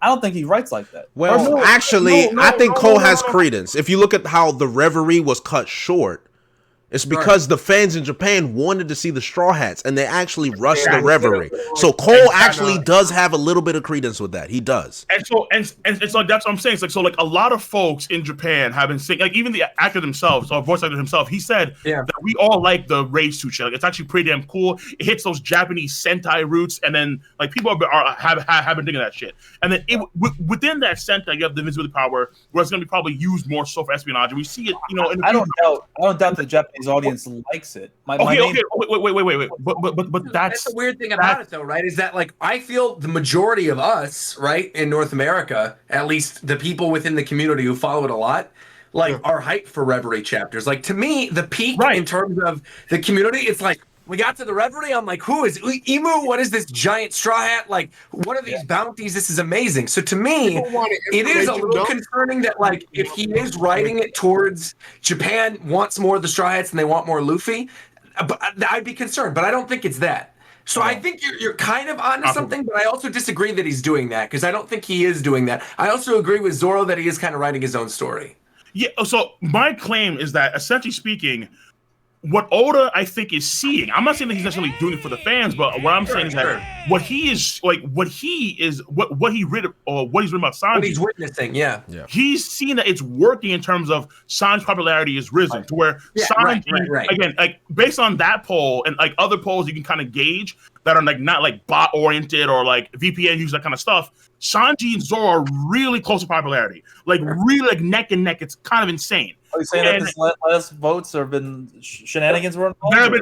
There's been some evidence where like there's been some botting going on. Like there was one guy in Japan that had like 100 write-in numbers. Like there was one guy in Japan that had like I think had like a few write-in, like 100 write-in letters for Boa Hancock. It's like dog. Like people have been abusing this poll for fucking damn sure. But either number two is going to be either Lupin or Zoro. Dude, there was one poll. I think I think in like South America. I forget. But Dude, like Zoro's right behind Luffy. Like I wouldn't be surprised. Yeah, I know. But like what I'm saying is there's no way. I've said this since day one. There's literally no way that they allow Luffy to not be number one. No. There's no way. I'd be interested to see if it was actually true, but they will never do that ever. So like there were all these other write-in votes, so they're worth more or something. But like Luffy will be number one at the end of the day, no matter what. Okay, so there's as much politics with that as there is with the All-Star Game selections. Okay, no. So like the only thing I'm saying is that like whether there's bots or not, because some evidence has come out where like there may be some bots actually, and again, people have like 100 fucking letters of like just Boa Hancock to mail like, and it's like one dude. It's like no, what the fuck is this bullshit? But in the last poll, I can look at that poll and say, okay, this poll seems to be a lot more accurate, a lot more genuine. I'd argue, and then Sanji's doing pretty good popularity wise, and that's again like Sanji can trend in Japan just like Zoro can, right? So it's like so that's why for me it's like and for good reasons, not for like oh my god Sanji shit again. No, not that bullshit. Not like niggas PMSing shit. For sure. Like Sanji can for cool reasons too. So that's and then so it comes with this. There was an old discussion that Oda had with Kishimoto, where Oda admitted very clearly that he's way more popular in Japan than Kishimoto is, but outside of Japan, Kishimoto's more popular. So Oda understands, I think, full well that his popularity is oriented and structured more so in Japan than in the country. Mm. So why would he then go out of his way to change things up for the other fans abroad when Japan is his bread and butter, where 400 million copies are sold to Japan, sold One Piece in Japan, but not even a fraction of that is sold abroad? Might be with you on that one. Yeah. Now you spitting. Okay. I mean, listen, I'm trying to go like in a general sense because it's like I can understand why people want Sanji to have more like combat stuff. And don't get me wrong, I want that too. But Cole, But at the same time, it's like I mean, well, actually, my main question. Wait. Hold on. Well, actually, because this actually, because I'm curious, who thinks that Sanji's funny? Sanji's no. Sanji's funny. Yeah. Sanji's funny. Sanji's Now, funny at times. Okay. It's wrong for me to say he's not at all. So semi-funny. So here's the thing. I've been attacked aggressively recently for not being a real Sanji fan. And the sad thing is that when I go back and pre-time stuff, I mean, Roger, you know, I have been, it is real. I have been attacked aggressively for the last couple of days. I've been attacked aggressively. It is shocking, right? My own niggas, right? But the thing is that Sanji pre-time skip to me was absolutely hilarious. Like I kid you not, Sanji had me crying all the time. I swear the problem is that Oda had completely turned me off from the perversion gag in Fishman Island, because even though it served a means to an end, it was so excessive that he killed it. To me, I can't speak for anyone else, but to me, he absolutely destroyed it. And there's times where it's funny, of course, like Viola when he saw Nami in Zou, when he thought she was an angel, and the Garachu stuff, that's funny. That was funny to me. I was crying, right? But it's like there's certain moments, like I didn't find the bathhouse funny. I just didn't find that funny. Oh, okay, so then would you think Mr. JD Fraud? Would you think aggressive but fair? Wow. Betrayal. The betrayal plot line is here. Super aggressive. What's going on here? All right. Continue. Go ahead. You know, I know. All right. What's up? Relax, Virgo. Go ahead, King. Go ahead. Go back to bed. Go ahead, King. Go ahead. Hold up.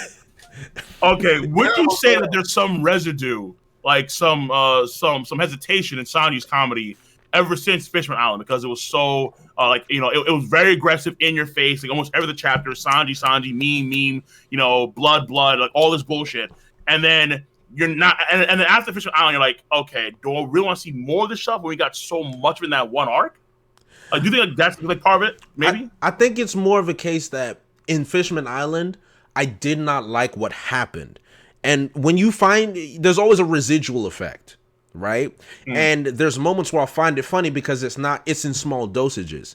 But whenever Oda pushes the line and he goes too far, that's when I'm like, oh, I'm getting these Fishman Island vibes again. Like, I don't like it going too far. But it's like, if Oda puts it in small doses, I'm like, all right, cool, I'm fine. Yeah, let's go. We're moving.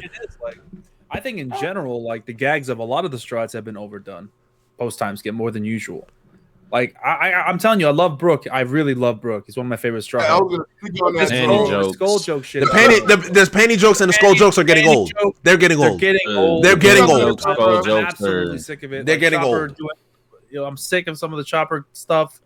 It's just why Oda really is over relying on gags too much, in my opinion. And when you could have genuine character moments with these guys, having normal interactions, genuine interactions between family that we want to see more of, that we got more in a Shingeki no Soma chapter of Sanji with Zoro and Sanji than we've gotten in years in One Piece. We could get that. Okay, real talk. Shokugeki no Sanji chapter 2 was fire. Excellent. Wow. The writing. Was amazing. Oh my God. It's like incredible. And it's like, well, that was really good. Well, here's actually an interesting question I want to ask you guys. Do you think the fact that we've been following One Piece for so long has actually soured our taste of the gag, where there's a lot more newer One Piece readers, and it's not bothering them nearly as much? Because I like it. I hate this question. Yeah, because it's the truth. Because I've been following One Piece since I was 15. I'm turning 28 in a month. So you have to understand, like I've seen it all multiple times. So that could be a case. But like he's writing the series for this people that he knows has been on the journey for this long. Like you can mix it up. You know what I'm saying? I don't think he would. It's not just because we're older now we can't appreciate the joke. The formula works. It's not that. No, it's not that. It's that I think it comes down to like it's part Oda's success, but also part of his failure too. And I say failure loosely because again, he's still part of that's fucking Japan. But I think true, exactly. But I think part of the and this is what I think the Aussies, Eric and Christian have said before. You're not going to really see the Stripes change as characters, and this is where I think we have to really hone that down. It's like when the Black Man thing was going on, and there was, we reminded that Sanji, Nami, they don't like spiders. So folks thought that Sanji was going to actually attack Black Maria because she was a spider zone ability user. Right. But in fact, Sanji stays true to form and doesn't do that at all.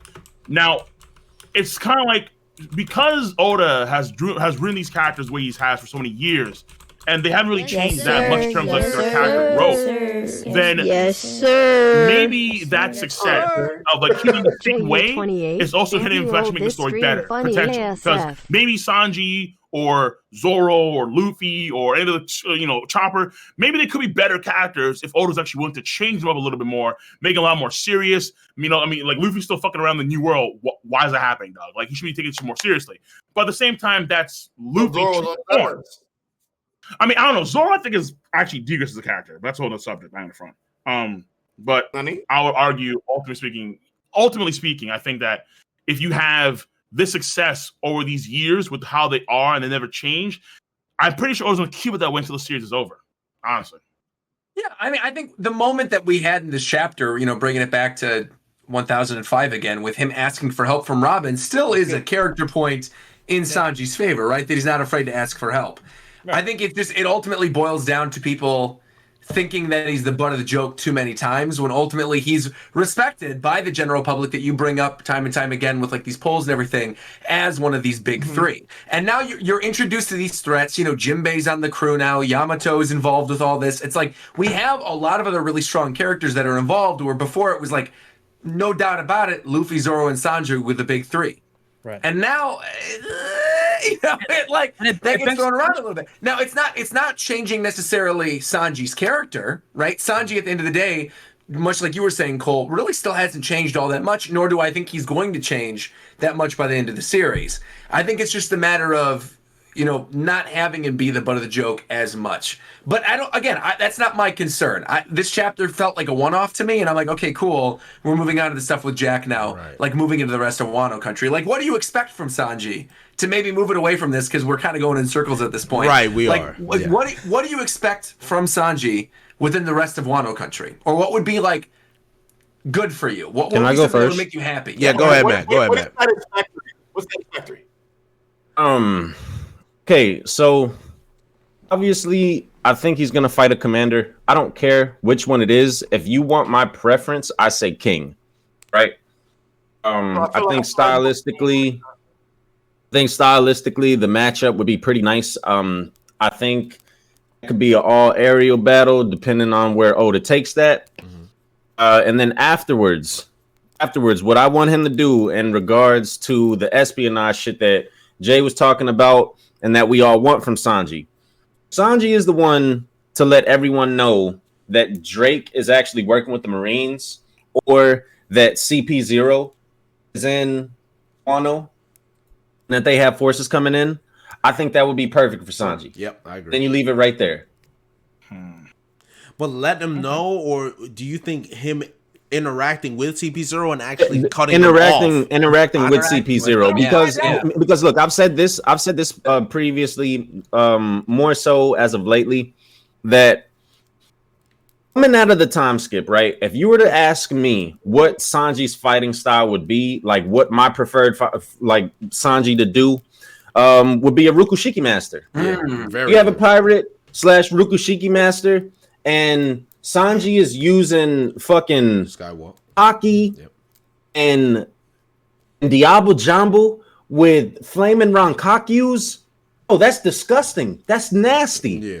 So I'm saying if you had Sanji, what I thought was when I saw Sanji first use Blue Walk underwater, I'm like, oh shit, this nigga's going crazy. So I thought that he would have 3 Rukushiki styles coming out of the time skip and develop 3 more as post time skip goes on. Right. I just want to see him showcase the recipes. I mean, we haven't gotten anything with that. Yeah, no comment. Yo, another thing. Only If Punk Sanji Hazard, goes to the Only top Punk of the Hazard. roof, he cooks. He just cooks something for everybody to recoup all of them. And I know people might meme this. Oh, Sanji's just the delivery boy, DoorDash, Uber Eats, whatever. So listen, I mean, when you put if it that way, Sanji, yeah. if Sanji does that, if Sanji goes to the top of the roof, This is the if fucking Sanji goes, lowest point possible. Like, damn. like for instance, mean, right? If the people on top of the roof are or if they're beat up or something, and Sanji goes up there, creates, does the little Kempo recipes or whatever, the Kama Kempo, and heals them or revitalizes them, I think that would be perfect for him as well. That's because fine. we haven't seen him do something like that yet. Mm-hmm. Except at the end of Punk Hazard, I think. I mean, let me see here, dude. I mean, that's kind of crazy considering how you have 3 mega doctors and Chopper, Marco, and Law. I don't know why I signed up to cook some food. Make some meals like it was a fucking like a Lunchable. Fucking here's a Lunchable, guys. Here you go. It's a Lunchable pack. All right. Yeah, fucking He puts on Lunchable a pack. fucking Here you apron. go, my niggas. Here you go. Danible's kids. All right. Yeah. Here's some Danimals on the side, my boy. No. What? But okay, look, I would just say that I think for Sanji right now is trying to save Kinemon and company, and that types of Punk Hazard, obviously, because Sanji saved Kinemon back then. However, I think Sanji is going to probably get derailed. I don't think that Sanji may run into Jack, but I don't think so and it all depends on Marco too, because I'm not too sure if Marco's still fighting against King and Queen or if it's just going to be King right now. So I don't know where Queen is right now. Literally anything. All right. But Queen did say that, he said Vince Mode Judge. I think, okay, fine. Queen Sanji's happy. I'm fucking.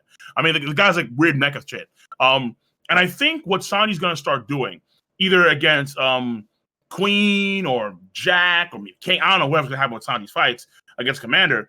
I think Sanji's going to try and get used to the race suit because Sanji, we don't know if Sanji actually do his double leg with the race suit on. We have never seen that. That's never happened. We've seen it so the hope would be he could, but maybe he can't because the race suit does have natural fire inhibiting properties. So I'm not too sure. Maybe we have to wait and see how that works, obviously.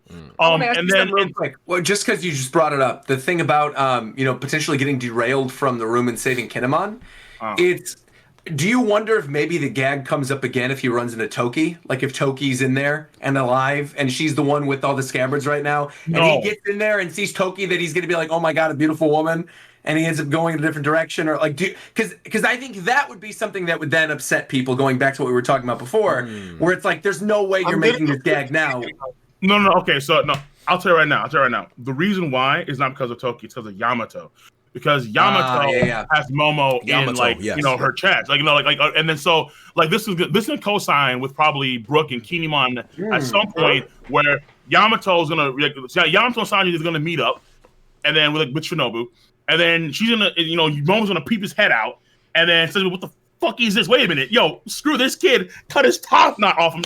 How is he in some big old tits? How is he in there? He's too lucky. He's too perverted. I guarantee you. Mom's would be like, fucking, that would be funny. That would be funny. I would laugh. I guarantee you that's happening. I would laugh. Guarantee. And then, I think also what we may see for Sanji, because we kind of actually, I think, already saw a bit of it with the whole thing before Black Maria situation, where Sanji actually sensed the cries of what was going on in the above area, and not Luffy. So it's kind of crazy, but it seems to me that Sanji, that's also another small W too. Sanji may have better sensory hockey than Luffy, earnestly so, because even Luffy admits, okay, I don't know, I still have to learn a lot about object hockey, and Sanji could sense it. So maybe in this arc, I mean, you say it's a gag, but again, how does he have such incredible sensory? Hold on. How does he have all that great senses and then not be able to see that it's a trap? Like if he can spot specifically where everyone is in that room and what's happening, they don't sense a trap. Like, it was a joke because he sensed the perversion in the air. It was a clear joke, dude. But wait. No, hold up, bro. Because he did something similar when he pulled up on Virgo. True. He did. He did. He Ladies' tears. And then not only that too, but again, part of the kabuki play is that the pervert has to be punished, and so he got caught by Black Maria and company. So it kind of goes along with the theme of the kabuki play, if you would. Right. So that's why again, I could easily say, Sanji, sense that, don't get caught, raise suit on, disappear, I'm out. Right. Like, to be fair, I think Sanji's observation hockey is incredible. He's that's his specialty, but I don't think that example is a good example to say why he has incredible observation hockey. I think that was just a gag. But also the second thing to that is that what Sanji does, a lot of it is also mired in gag. He'll have impressive feats, but they'll also be mired in a gag. Like, for example, after the whole Viola thing, and then how she beat him up, and then they're doing all some like lovey-dovey stuff, and then he bails to Dressrosa. He literally runs from Dressrosa to Greenbit, and then it took like Robin and Usopp like several hours to do that, while Sanji just blitzes over there. He literally moves from island to island in like a matter of a few minutes. So it's like, oh shit, he's pretty fucking fast. So I mean, but again, it was kind of like mired in a gag too. So that's what I'm saying. It's like what a lot of Sanji does is kind of mired in gags. Like also too, like how no one could catch the dragon when Sanji's in Nami's body. He accidentally grabs like his Nami titties and he's like, oh shit, and then he blitzes the dragon. It's like, oh, what the fuck? And Zoro's like, what the fuck is perverted shit, dude? So that's all he does is mired in gags. But that's something that, again, Luffy admitted, like, oh, like, I still have to learn about object hockey. Well, you know, because Jima said that. Either way, I think that we're gonna probably see that bloom hopefully even more in the fights to come. There is, if this fight gets King, because there's the thing that in the anime it's there, but in manga it's kind of there too, where King may actually sensed that the numbers were up to the island. Not actually got information, but actually using his own hockey could have sensed it maybe.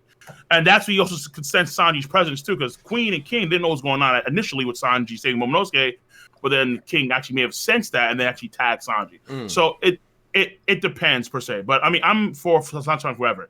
When it comes to the rooftop, does he have to be there per se? I mean, maybe, but I'd rather Yamato at this point in time, because Yamato, I think, for story reasons, has to be that's way more important. Sanji may come later on, but other ways Sanji goes. But ultimately speaking, I want Sanji to have like a nice fight, a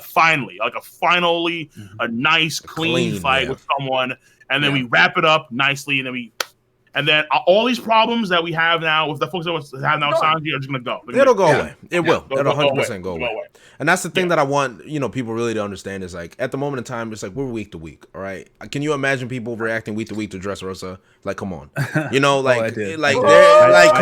How, if you really think about it, how long? Yeah, all of you guys did. I hadn't gotten the game yet. I can only imagine. I don't think people understand how long it took for Luffy to finally see Doflamingo. I don't think people understand. I remember being, I was somebody who, this goes back to like one of the early things we were talking about on this, about like how you got started and all that stuff. And I remember the first chapter I did any reaction review, whatever for, was Sabo coming back. Right. And being like, man, Dressrosa is amazing. I can't believe this. And I remember the first time that I ever really looked at One Piece critically, and I started to be like, oh, this has problems, is when Luffy has the 10-minute, 5-minute thing, whatever, where he's like, I ran out of hockey. Now we're going to have the guy from the Coliseum talk about all this to protect me. And I remember those chapters of him doing that, and then the birdcage after the birdcage, that was pain. And those were the first moments where I was finally like, oh, okay, all my reviews aren't going to be fun. They're not going to hit no more. I'm going to lose a couple subs. Oh yeah.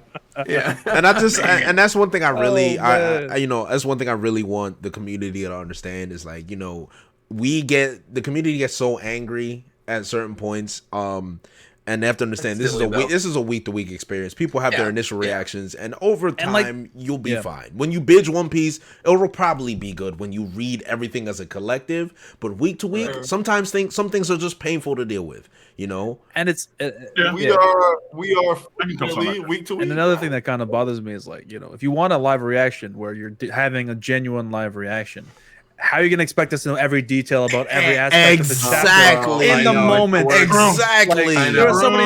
There are people that go and they go on You're literally theory reading and it, like you forums said, and yeah. all this stuff. And then Right, no, right. like if you want me to fake it and know everything ahead of I know. time. They of just course want me I'm to not lie gonna to know make them feel better. No, where you get to a certain Right? point where you're just like, don't That even read bothers the the shit comments. out of me. Yeah, yo, thank you, Roger. It Literally. used to really bother me, and it like literally I gotta doesn't even say, matter It anymore. doesn't bother me. I just think it's me at all. Just hilarious. gets Like, old, what do you bro. think? Yeah, What do you think? There was no. So you this. would be a sad son of a bitch. yeah. If This you were is- reading it, Thi- reading the live reaction, and it goes, but what will they think?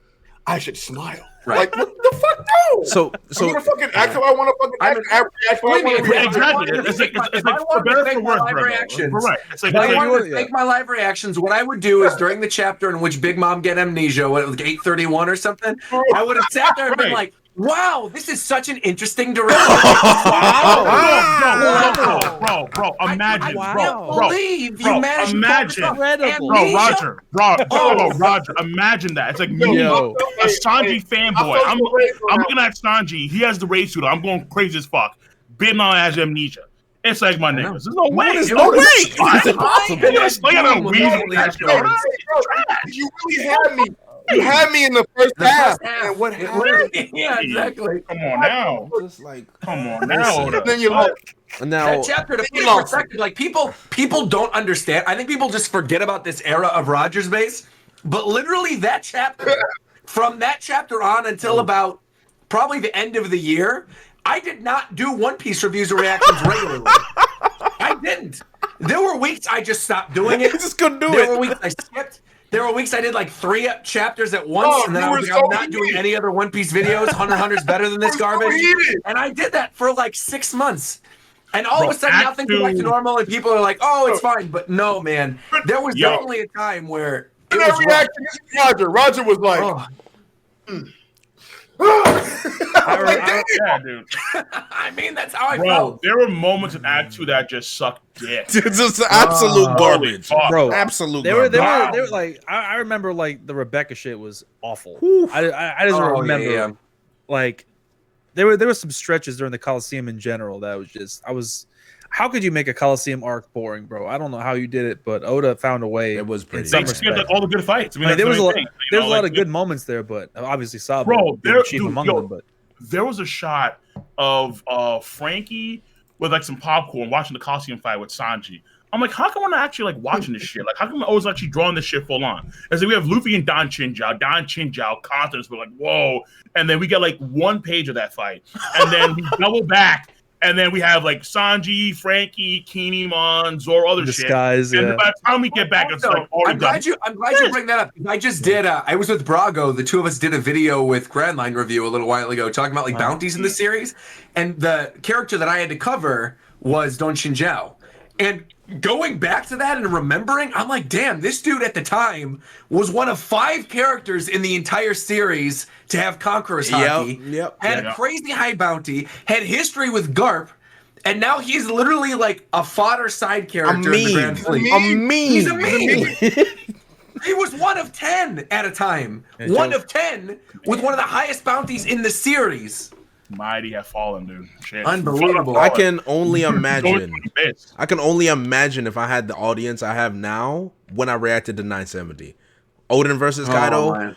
I'm talking the amount of anger I had just for that chapter alone is because of the amount of expectations. Because remember, we didn't know how Kaido got cut, and we had the whole lore Kaido impenetrable. It had to be something grandiose. It had to be Conqueror's Haki. It had to be. And all we got was Odin saying, "All right, we're done," and he cuts him, and that's it. We got 1 panel, no fight, nothing.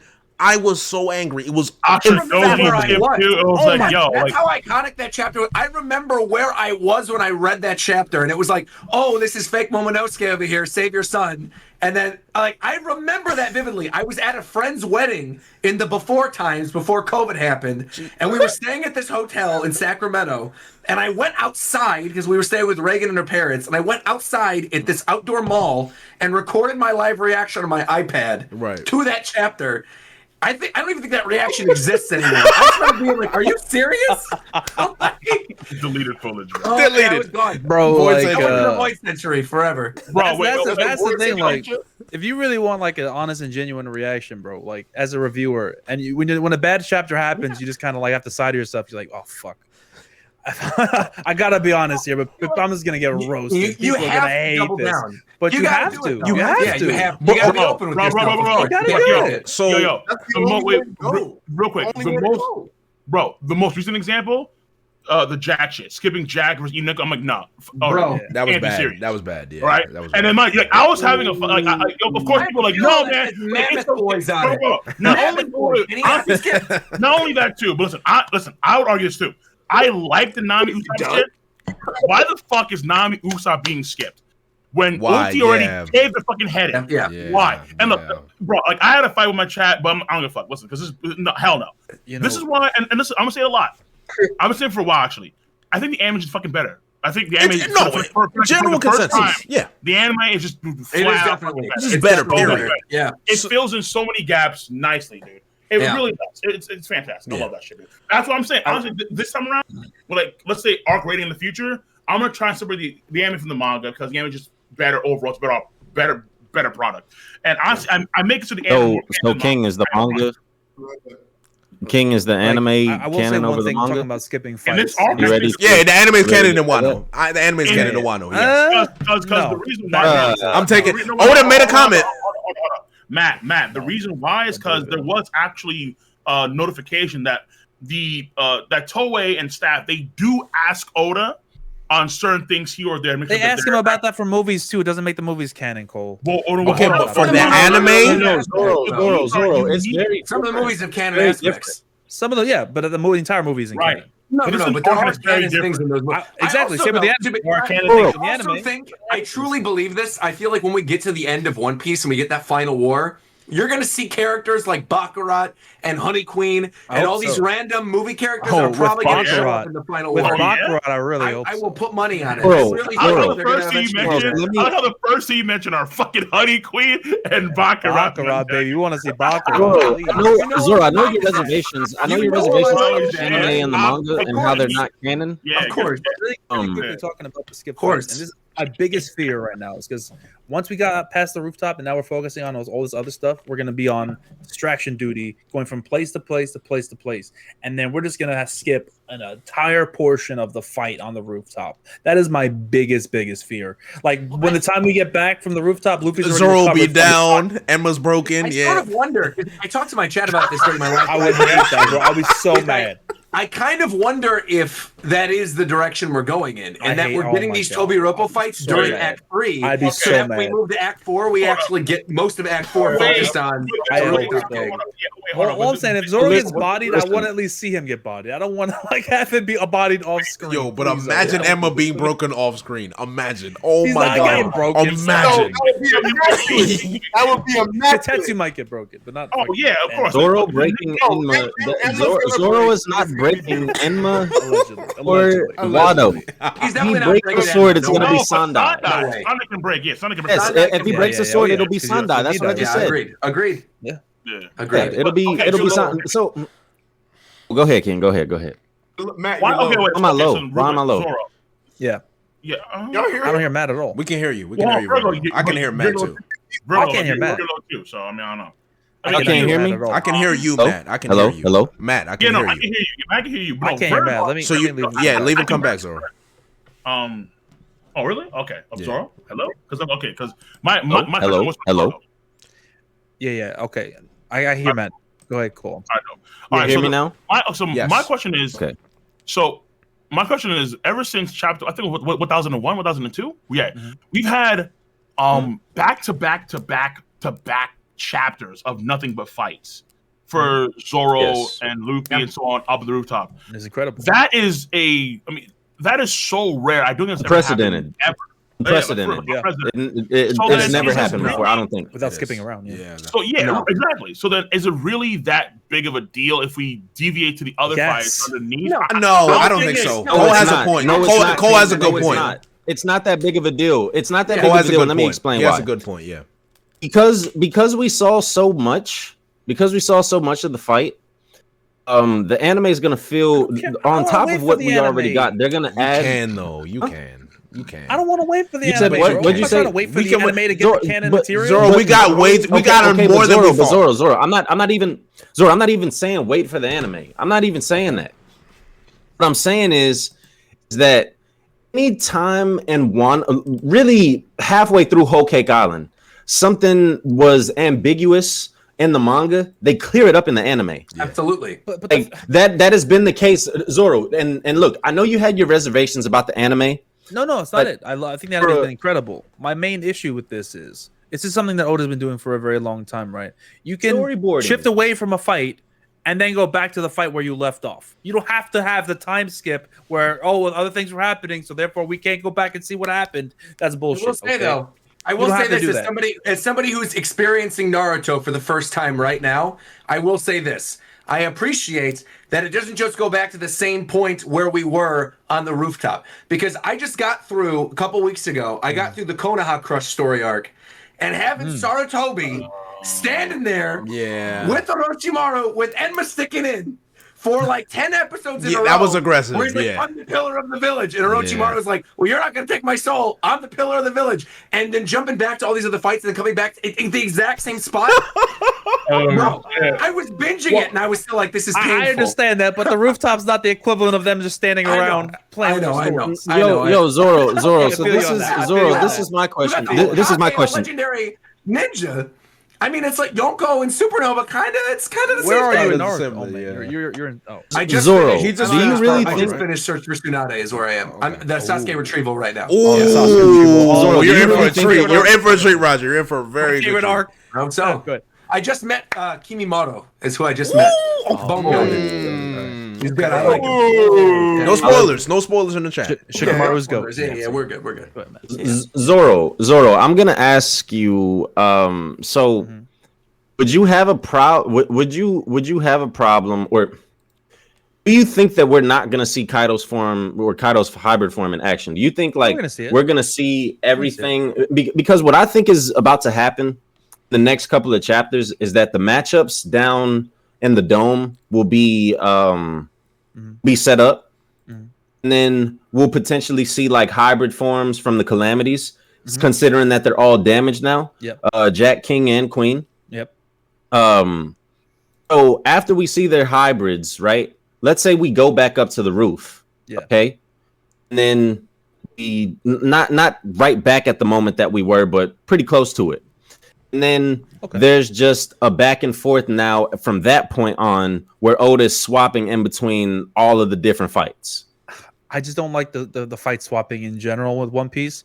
I mean, if you go back and reread like the Lucci fight, right? A lot of the beginning of that fight is it's very jarring that you just go back to all these different things happening. I want them to focus on one thing at a time here, or at least somewhat one thing at a time. Like, I don't need like 10 chapters straight of one fight, but give us a couple chapters of one, a couple chapters of another, and then you can go back and forth little by little here. But don't just kind of be all over the place. Where I mean, it'd be too hectic that way. Right? I think that Oda's problem with that is that he may have to do things like, okay, I'm going to show a lot of this fight, but time is still moving forward, so I have to double back in time. So, like, for example, like, let's say I show a lot more of X amount of fight between, let's say, Luffy and so on against Yonko, then all these events are happening down low underneath, so I have to go, let's say, 30 minutes prior or, like, 10 minutes prior, and then I have to fucking do that for, like, each individual fight. Yes. That Oda may not want to do because... He never does it. Well, that's what I'm saying, though, because, like, he may feel like it ruins the flow of the story, but at the same time, he will like squeeze in like a small panel of Jinbei and Who's Who, or Frankie and Sasaki. I gotta say though, that panel, one of my favorite panels personally in the last chapter, where Jinbei is listening to the conversation, does not give a shit what Who's Who is doing, has his hand back there hockeyed up, and Who's Who's like going to bite him, and Jinbei's like, I don't care, what's Sanji saying? Jinbei is fine. That was great. That was great. Jinbei's go, man. I love Jinbei. Completely. He's great. I know. I love it. But the thing is, like, with the fodder. with the rooftop specifically, like the way things are now, Luffy's without his hockey.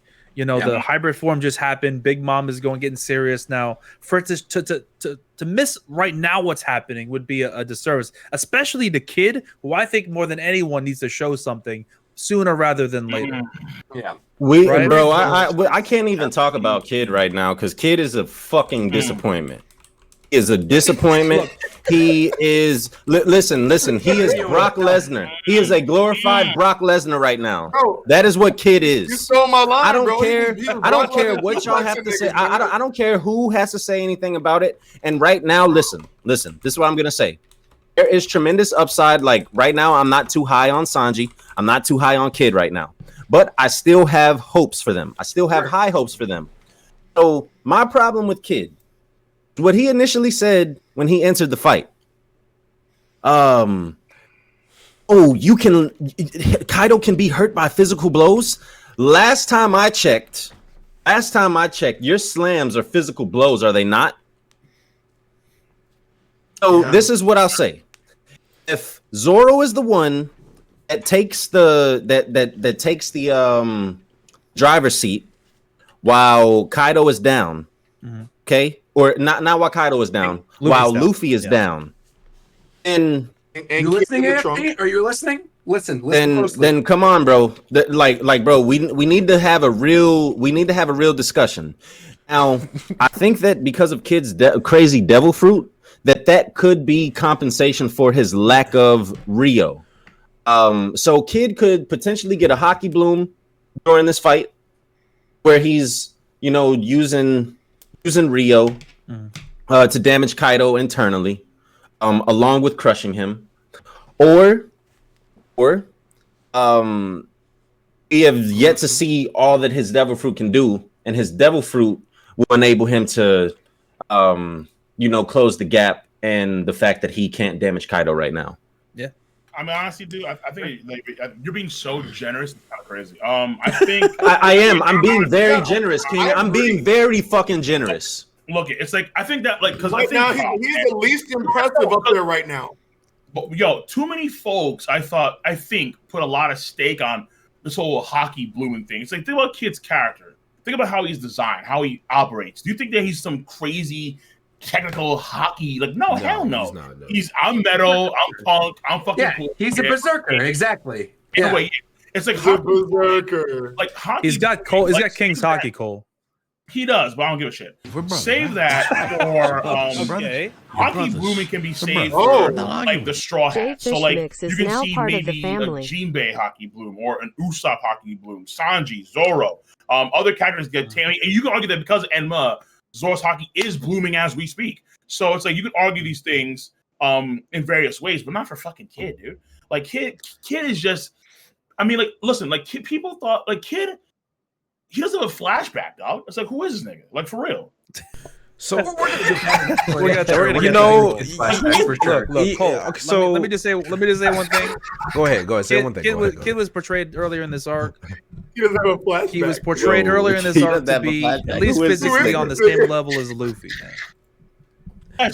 Oda has shown that Kid and Luffy, they have parallels. I agree with you, which is why yin and yang. Oh, they do, Zoro. They do. At the end of the day, I don't. It's kind of like Sanji for me. I know he's gonna get he's gonna eat. It's just a matter of time. Allegedly. Oh, but Zoro. I really don't know if that's gonna happen just during eating. Wano, Wait. Kid just eating is not enough. Wait. You want a full course? Is not enough. He's got to consume. What do you got to show you? He's got to cook. Zoro. This is what he has to show me. He wants a 5-star restaurant. So again, once I said, like I said before, right? If Zoro is the one that takes the driver's seat, right? While Kaido is in hybrid, and Kid's the one that's talking about, oh, y'all just joined my fight. More people come to join my fight, bro. You're not doing shit. You're the least impressive one on the roof right now. He really is.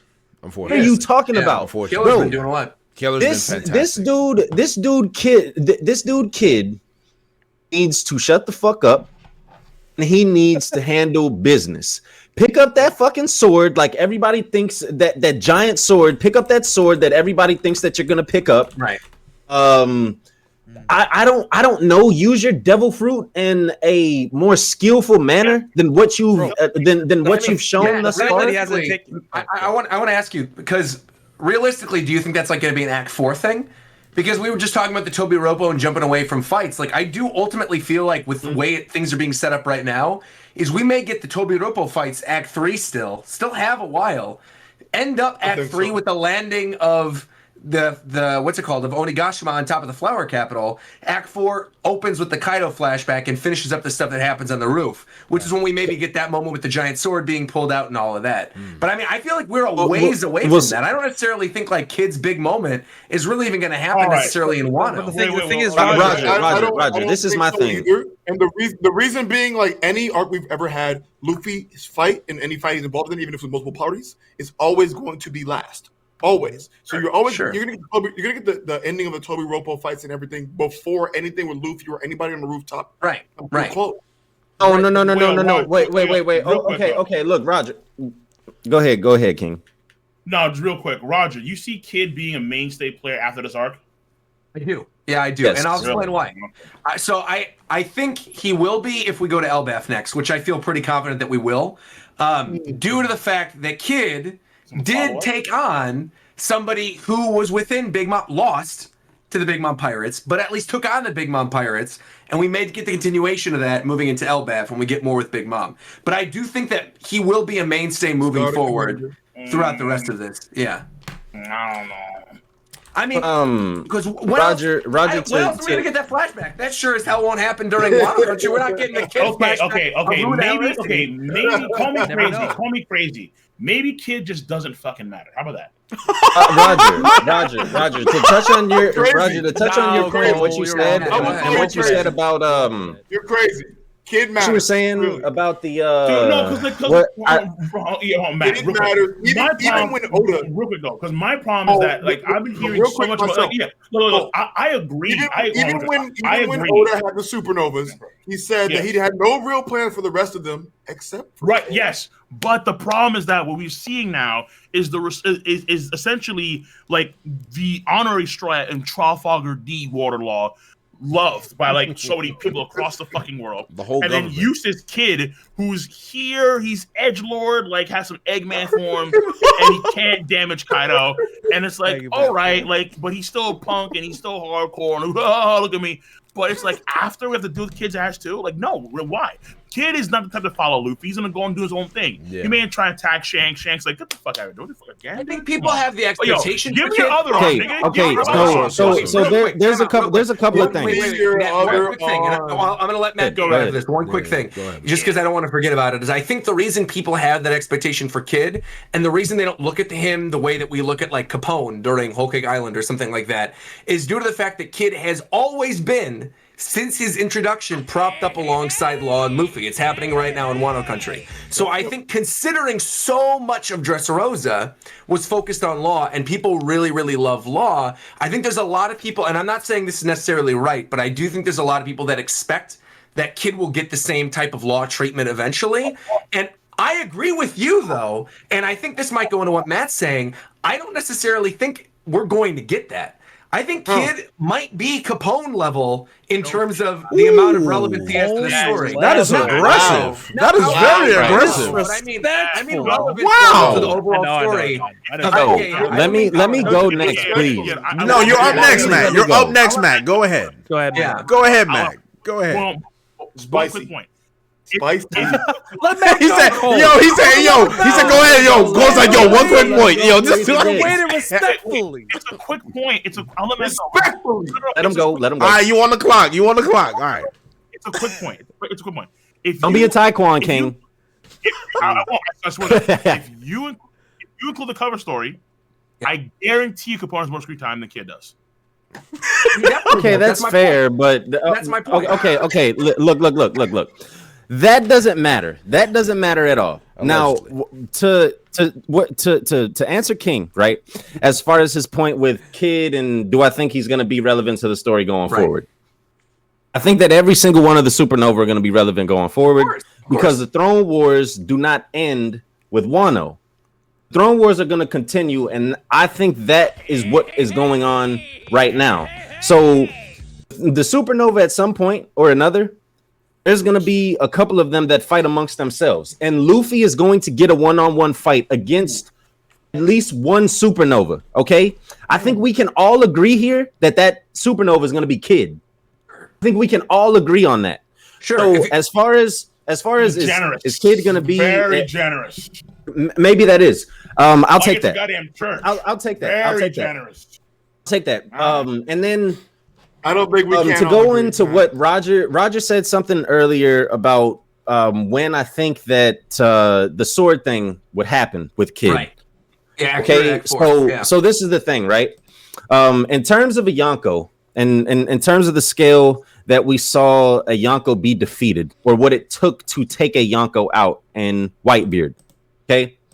I think that you're gonna need several attacks on the scale that Zoro just missed with that Dragon Blaze attack. So there are gonna be several moments with multiple of the supernova, or the people on the roof. Yeah. It'll pan out. It'll pan out of the island of Onigashima, and one of them will take turns damaging it. Okay.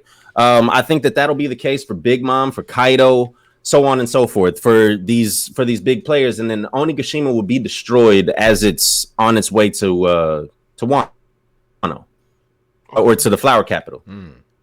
So, I don't know when exactly that stuff with the sword thing is going to happen, Roger, but I don't think that we should bank on it being like towards the end, because Kaido hasn't taken that much damage yet. Like, let's be real. No. Yeah. We need one of those giant. Yeah, we need one of those giant attacks, like Zoro launched, for Kaido to gradually get to that point to where we're like, okay, he's about to die.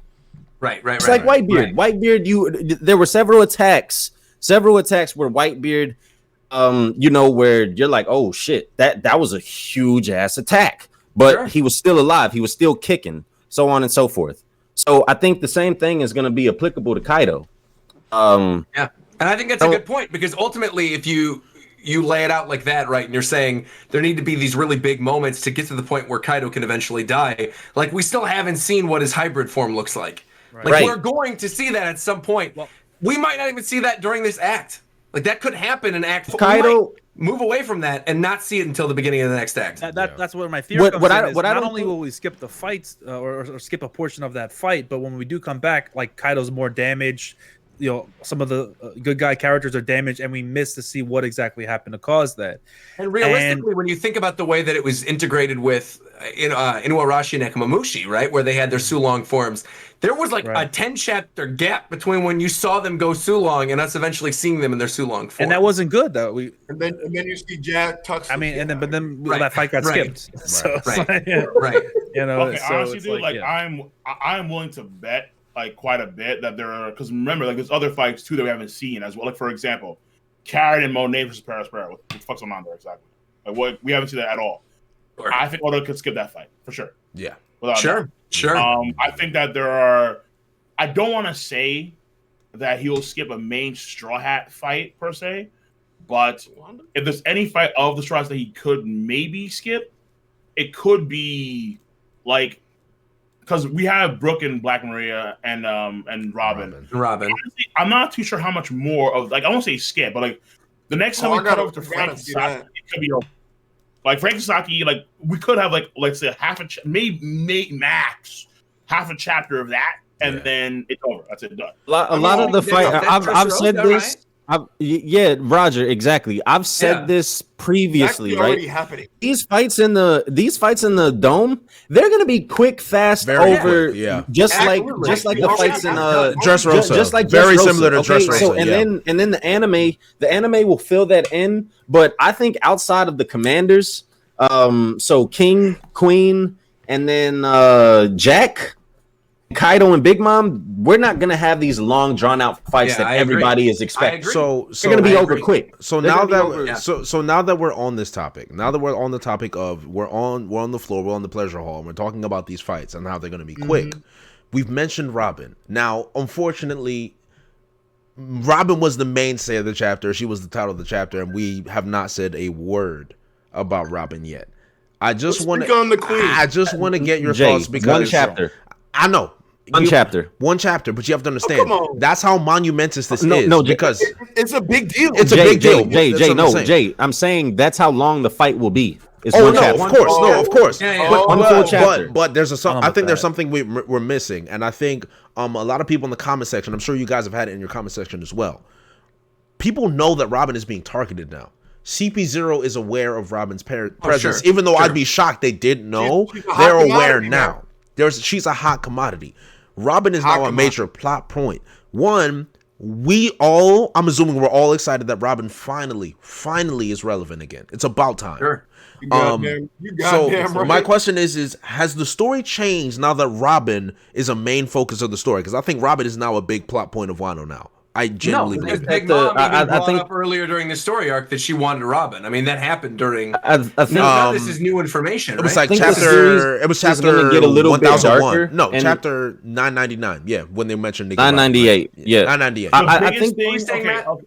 I was the gonna biggest say I thing is think probably gonna be Cole, let this man talk, bro. Please. I was gonna say that I think that love I you, think man. that Robin or I think that the series is Let gonna us get a little bit more dark in terms of Robin and who is after her. Whenever Neko or was it Inu said that people were gonna be after Robin, I think that that's gonna be more so a factor. I actually have I have a little theory about the Blackbeard pirates. Spit. And how that's gonna come into play. That sounds like Are a we video gonna do idea, another- man. are we I gonna don't do know. It sounds another- like a video idea, Are man. we gonna do Are we video? gonna do another? Definitely do a video, another- man. Hey, that's cool. Speak on it, Are King. we I don't really care. gonna Say do it. another? Nah, wrestling? not here. I wanted to make a video. Oh no! It's not gonna I'm be. saying to I the don't ether. think. No. I don't think it's gonna be a rescue arc. It's not gonna be anything like Nope. that. What I'm proposing is nothing like a rescue arc. I think at I all. know where he's going with it, and Robin doesn't even get taken in my scenario, Zoro. Ooh, boy. Okay. Spit, please. Yeah, Robin doesn't get taken Please, at spit. all. Please. So I would love to watch that video. Everyone should watch that video and subscribe to That's Moogie what I'm Bar. waiting for. Absolutely. I need to see it. I need to see it. bro, Now- y'all don't do that. Y'all don't do that. Don't hype me. Nigga. All right. It's too humble. Hold Now, on, Yo, Matt. you're doing content, Matt, right? that's what I'm saying. That's he's doing content. Matt, I'm gonna say this live on stream right now, Matt. All right. What's up? I'm banned because of solo leveling on YouTube until the 13th. When I come back, my ban is back. Rogersbase exclusive Matt B reveals his Robin theory live on stream. That's Yep. the big return. We're all doing response videos to it. Prepare. Nah, bro. There will be a matter of fact. I'll probably get the video out. I don't want to cap. I don't want nobody to be like, "Yo, it's cap right now." Cap. B. Now you on the clock. Everybody see it. There's 379 Wait, hold niggas up. here to see it. You on the clock. Wait. Hold on. Why is my main man Bensei Sam over here with a new fire ass intro 3 weeks behind on content on chapter 1003? What the fuck's going on? Talk to this nigga. Yo, King. Please talk to him. Listen. Please talk to him. Please talk to this man. To my defense. That is a fire intro. My defense. I what's it called? I had a death in the family. I had to go out of town. I was out of town for 2 Fair weeks. enough. Fair enough. Sorry, Yeah, it's all good. All good. Condolences. So, Condolences. Yes. I'll give you that. yeah, I was actually in the realm of like consistent content, for a little bit, but that kind of stopped it. But we're back. We're gonna get a live stream later on today or tonight. Fair enough, my boy. Fair enough. All we're saying is that we need it. That's all I'm saying. We just need Yeah, it. We hell yeah. 100% need it. Expeditiously. But honestly, here's Really what I'll is say, great, all right? All right, go ahead, go. Here's what I'll say, all right, very quickly. I think that the main thing right now is probably going to be Tama, Usopp, Nami, because they're the ones that have caught on to the whole like weird Mary shit, and then also they're leading this new army of like gifters. So that's the one key thing that the CP0 guys have not they can't account for, obviously. Where Tama's going to want to put all these guys into their side. So you're going to have this giant army now. So like you're going to have like tens of thousands of gifters now on their side. In like give or take like a few minutes per se. I don't know how long it's gonna be. I'm sure you guys saw that that like theory someone posted up after Zoro slashed the horn off of Onigashima, when it was like, next chapter we get Nami and Usopp, and Usopp's like, don't mess with us, I'll kill you, I promise I'll kill you, Ulti, and she's like, yeah, right, whatever, and the giant horn from Onigashima comes and crushes Ulti in page 1, and then suddenly all the other characters are like, God, so Usopp. garbage. That'd be hilarious. That would be wild, man. That'd be hilarious. Zoro feat, that's a win-win for me. That's actually hilarious. No, I have not heard that. Zoro feat, that's right, yeah. I'll take it. Unbelievable. Nah, so so I'm guessing you guys do not believe that Robin being a target has not really changed the scope of Wano as much as other people think it does.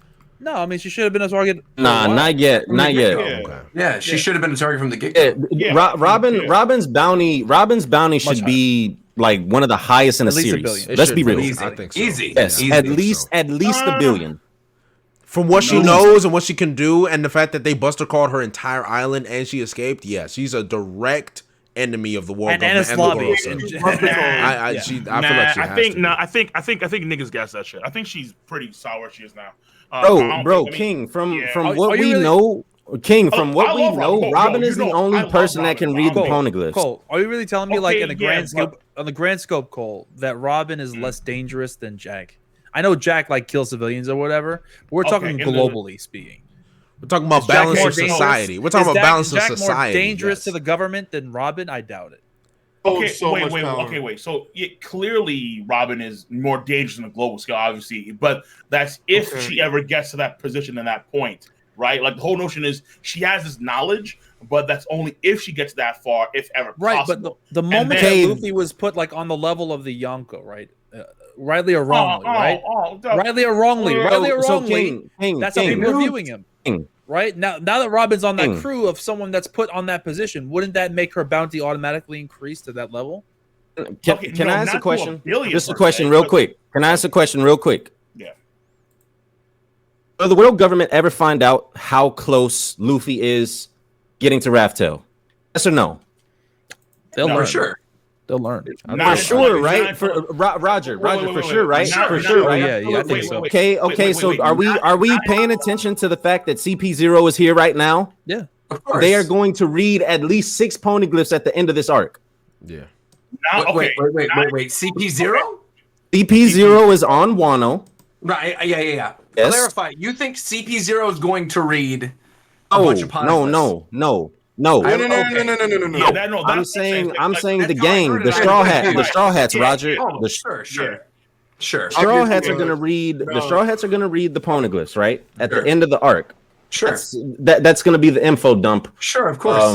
We Or always part do of that, it. course. Part of it, Sure. right? Right. So CP0 being on Wano right now, do you think that it's possible that they'll be eavesdropping on the straw hats whenever they're doing this, or that somebody would? Yeah, Sure. They're not there No, for that's no why I reason. asked the question. That's why I asked the question of. My assumption is that, and I've talked about this in numerous videos at this point, like my roadmap for how I see the series going. From here, I truly think we're going to get like an after Dynamite kind of arc with Elbaf. I think it's going to be a lot shorter than people expect. And then I basically think the next arc after this is like getting that final poneglyph and getting to Raftel. And I truly feel that, because I see where you're going with like the eavesdropping and CP0 and stuff. I feel like Luffy will get to Raftel, find out what the One Piece is and all of that, and then we move to the stuff with the world government. Like, I don't think the world government is going to be, I think they'll be aware of the fact that he's on the way to do it, but I don't think they're going to be like trailing him. I think if anybody is, it's going to be Blackbeard. And Shanks potentially. No. I'm not saying. I'm not asking y'all that in like in the just like leading up to saying that CP0 would follow him. I don't think that anyone will follow Luffy to Raftel except Blackbeard as well. I agree. Yeah. But if the world government knows that Luffy is getting closer to finding Raftel, he's going to skyrocket, of course. I mean, everybody's is. Robin's more than anything. Yeah. Robin's, Of course. So it's gonna be more of a danger to Robin than anything. Sure. I don't think that's how it's gonna work. Honestly, I ain't gonna front. I don't think Robin's bounty should or will ever exceed like 500 million. Maybe if we're being generous, like 600 or 800 million, but that's really it. And so number one, you have to After all of this, right? After Sanji's been on the intercom and saying all this, like if she takes down Black Maria, that's considered like a really strong member of Kaido's crew. And no, because they already didn't know that Robin's there. It's like they knew she's there from the jump. My thing is that you have, and so look at this, right? Number one, fucking Sabo's bounty 600 mil. He's the second in command of the Revolutionary Army, and his bounty is only 600 million berry. It's like someone probably exposes the world government has a bounty, like I guess that low. You could argue, and so okay, yeah, like, and so they have more reason to put him. You could argue maybe over Robin because they're actually fighting like truly earnest to goodness wars with at least with Sabo recent events, obviously. That's not wars. Like always, all right. But then also you have to wonder, in terms of them actually finding out that Luffy's getting close to the One Piece, I'm not too sure if they're going to know that they're going to have the poneglyphs right there, like the writings, because I'm not too sure if they even knew that Roger was close to finding the One Piece. Like, a shocking thing, like, holy shit, he fucking found it, boom. And it's like, I don't know if the Marines are going to be in the same vein. So like, I can see it. So it wouldn't surprise me if, let's say, it's not until they've gotten the last road poneglyph rubbing, only then are the Marines aware, because then they may try and cut them up, but it's going to be too late. Because right now, the main focus is the Shichibukai, and they're putting all their resources on that. That's exactly that was a week ago. That was a week ago in the current timeline. But not the Shichibukai. No. But it's not just. I get what Cole's saying. It's not just the Shichibukai. It's everything, right? It's the power structure. I think the dynamic of the great powers of the world, right? Having the Shichibukai just get abolished. Now you've got 2 Yonko potentially going down during the story arc. You've got a new one rising up with Luffy. I mean, there's like all this stuff that's going on. I think they want to ward off as much of those power vacuums as possible. And I don't think their eyes are necessarily on Laughtail right now. I think it's more concerning to them that it's like we have all these power vacuums we got to deal with. Because again, these things just happened. The world scope is changing. Wait. I also think Matt's correct in saying that Robin is going to be pretty important. Roger. Listen, wait for me. The other thing is Roger. The other thing too is that if big if, because I know that even still like more just like it's going to fail. If the raid succeeds and Kaido's defeated, that's also have another massive vacuum of power. And the Marines are going to try and seize that shit. And then this also makes and this thing, right? It depends on what's going to happen after the Wano country. Because at this point in time, I think it's very, very safe to say that the Grand Fleet, they ain't coming. It's going to be just these boys right here, right now. Mm-hmm. And the Grand Fleet, before the final war, they're going to have some big thing. I think it's going to be honestly saving Sabo. Saving Sabo from what's going on. Oh, that's trash. I don't think it's trash. I don't think so. It's trash. I think Sabo's fine. Sabo's fine. I think it's trash, bro. Kuma teleported Sabo the fuck out of there.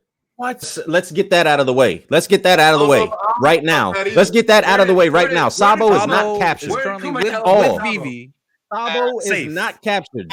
Sabo is with Vivi. Sabo is with Vivi and was teleported out of the reverie. Exactly. Facts. That you heard it here first. There you go. I mean, I said good. It. I mean, you can say that happened, but at the same time, we don't know. Like we don't know what you don't know. You generally King. I'm just saying that, like, so okay. I don't even know. Neither of what either of you said is a concrete fact. Wait. So recall years ago, I think this was for maybe it was for One Piece World Seek. I forgot what game it was for, but there was this picture of the Holy Land on fire, and like, there was one dude watching the whole land burn. And we don't know what that image was for per se. Oh, no, that's for a game. I forgot what game exactly. And I think it was World Seeker, wasn't it? Because they had the Sabo DLC. Yeah, I want to say maybe we're using games. But I think that's gonna actually Zoro. I'm just saying that I think that in some way it's gonna happen. See this red hockey it's like what other event could be a world-shaking event that the Grand Fleet's gonna play a role in. If you want Luffy to be recognized as a full-blown by himself, and then if he comes in there into the Holy Land with his boys, with Sai, Cavendish, Bartolomeo, and they fucking ravage that shit, and then like Fuji, and so this is where we make actually Luffy come fight against admirals, all right, for like the first time. Like he's already. Can I get the floor next to respond to King? I got nothing to say. Yeah, go ahead. what I'm saying is that Sabo being captured would be a nice juxtaposition on, okay, like we couldn't save Ace, but this time we can save Sabo. And then Sabo, I mean, honestly, I know folks, oh my God, he repeats things, but Oda's a lot. He repeats stuff a lot. So I won't surprise that won't happen again. So, and would it be bad? No, not necessarily. I don't think so. Like Sanji So King, being let me high ask school? you, King, let me ask you this, right? So I'm guessing you're saying that like this is how we get to the final war, with like being Sabo as the catalyst to that, right? So now I'm just gonna ask you this: how would you feel if Marigold and Sandersonia were used as what you just described? Get Luffy to go to the Holy Land to rest, because this is the thing: the Celestial Dragon mark on the Boa sisters' backs are going to come into play again in the future, right? So what better time now when Boa Hancock doesn't have her Shichibukai position any longer? Okay, so let's say that Kobe captures Sandersonia and Marigold, and then Hancock goes to Luffy for refuge. Luffy is going to be a mighty pirate after Wano, so she says, oh well, let me go seek refuge with him. Then that leads into going to marry Joy, the final war. There's character motivation, so on and so forth. I think that would be much better than having a rehash of Sabo being captured. Go rescue my brother, interfere with my brother's adventure. Like that's just so. It's only been done once. One wrong thing with what you're saying, Matt. There's one wrong thing, which is that Boa's not going to look to Luffy for refuge. She already found me. So that's why, right? Brilliant execution, Roger. Fantastic. Your execution was top tier. Can't deny it. That's great execution. All right. Let me respond to Matt, but for a second, all right? Okay. All right. Here's the thing, right? The thing about Sabo is that I'm not too sure that's going to lead into the end game of the series. I'm not too sure because it depends on what the One Piece is itself. I think that in of itself could lead to the end game because it may actually make the world itself in some crazy way. I'm not sure exactly how it's going to do it. Can I ask you one question? Shoot. Just one more question, okay? So just to that point, and I promise I won't interrupt you again. Oh, you good. So, is it safe to say that the beginning of the end of pre-time skip was the Ace and Blackbeard fight? Yeah. Yes. End of pre-time skip. Yes. No. The beginning of the end pre-time skip was the Ace and Blackbeard fight. I would say the end of the middle because that was right after Enies Lobby. Because so you're right. Matt, you're basically saying it's the beginning of the final story arc.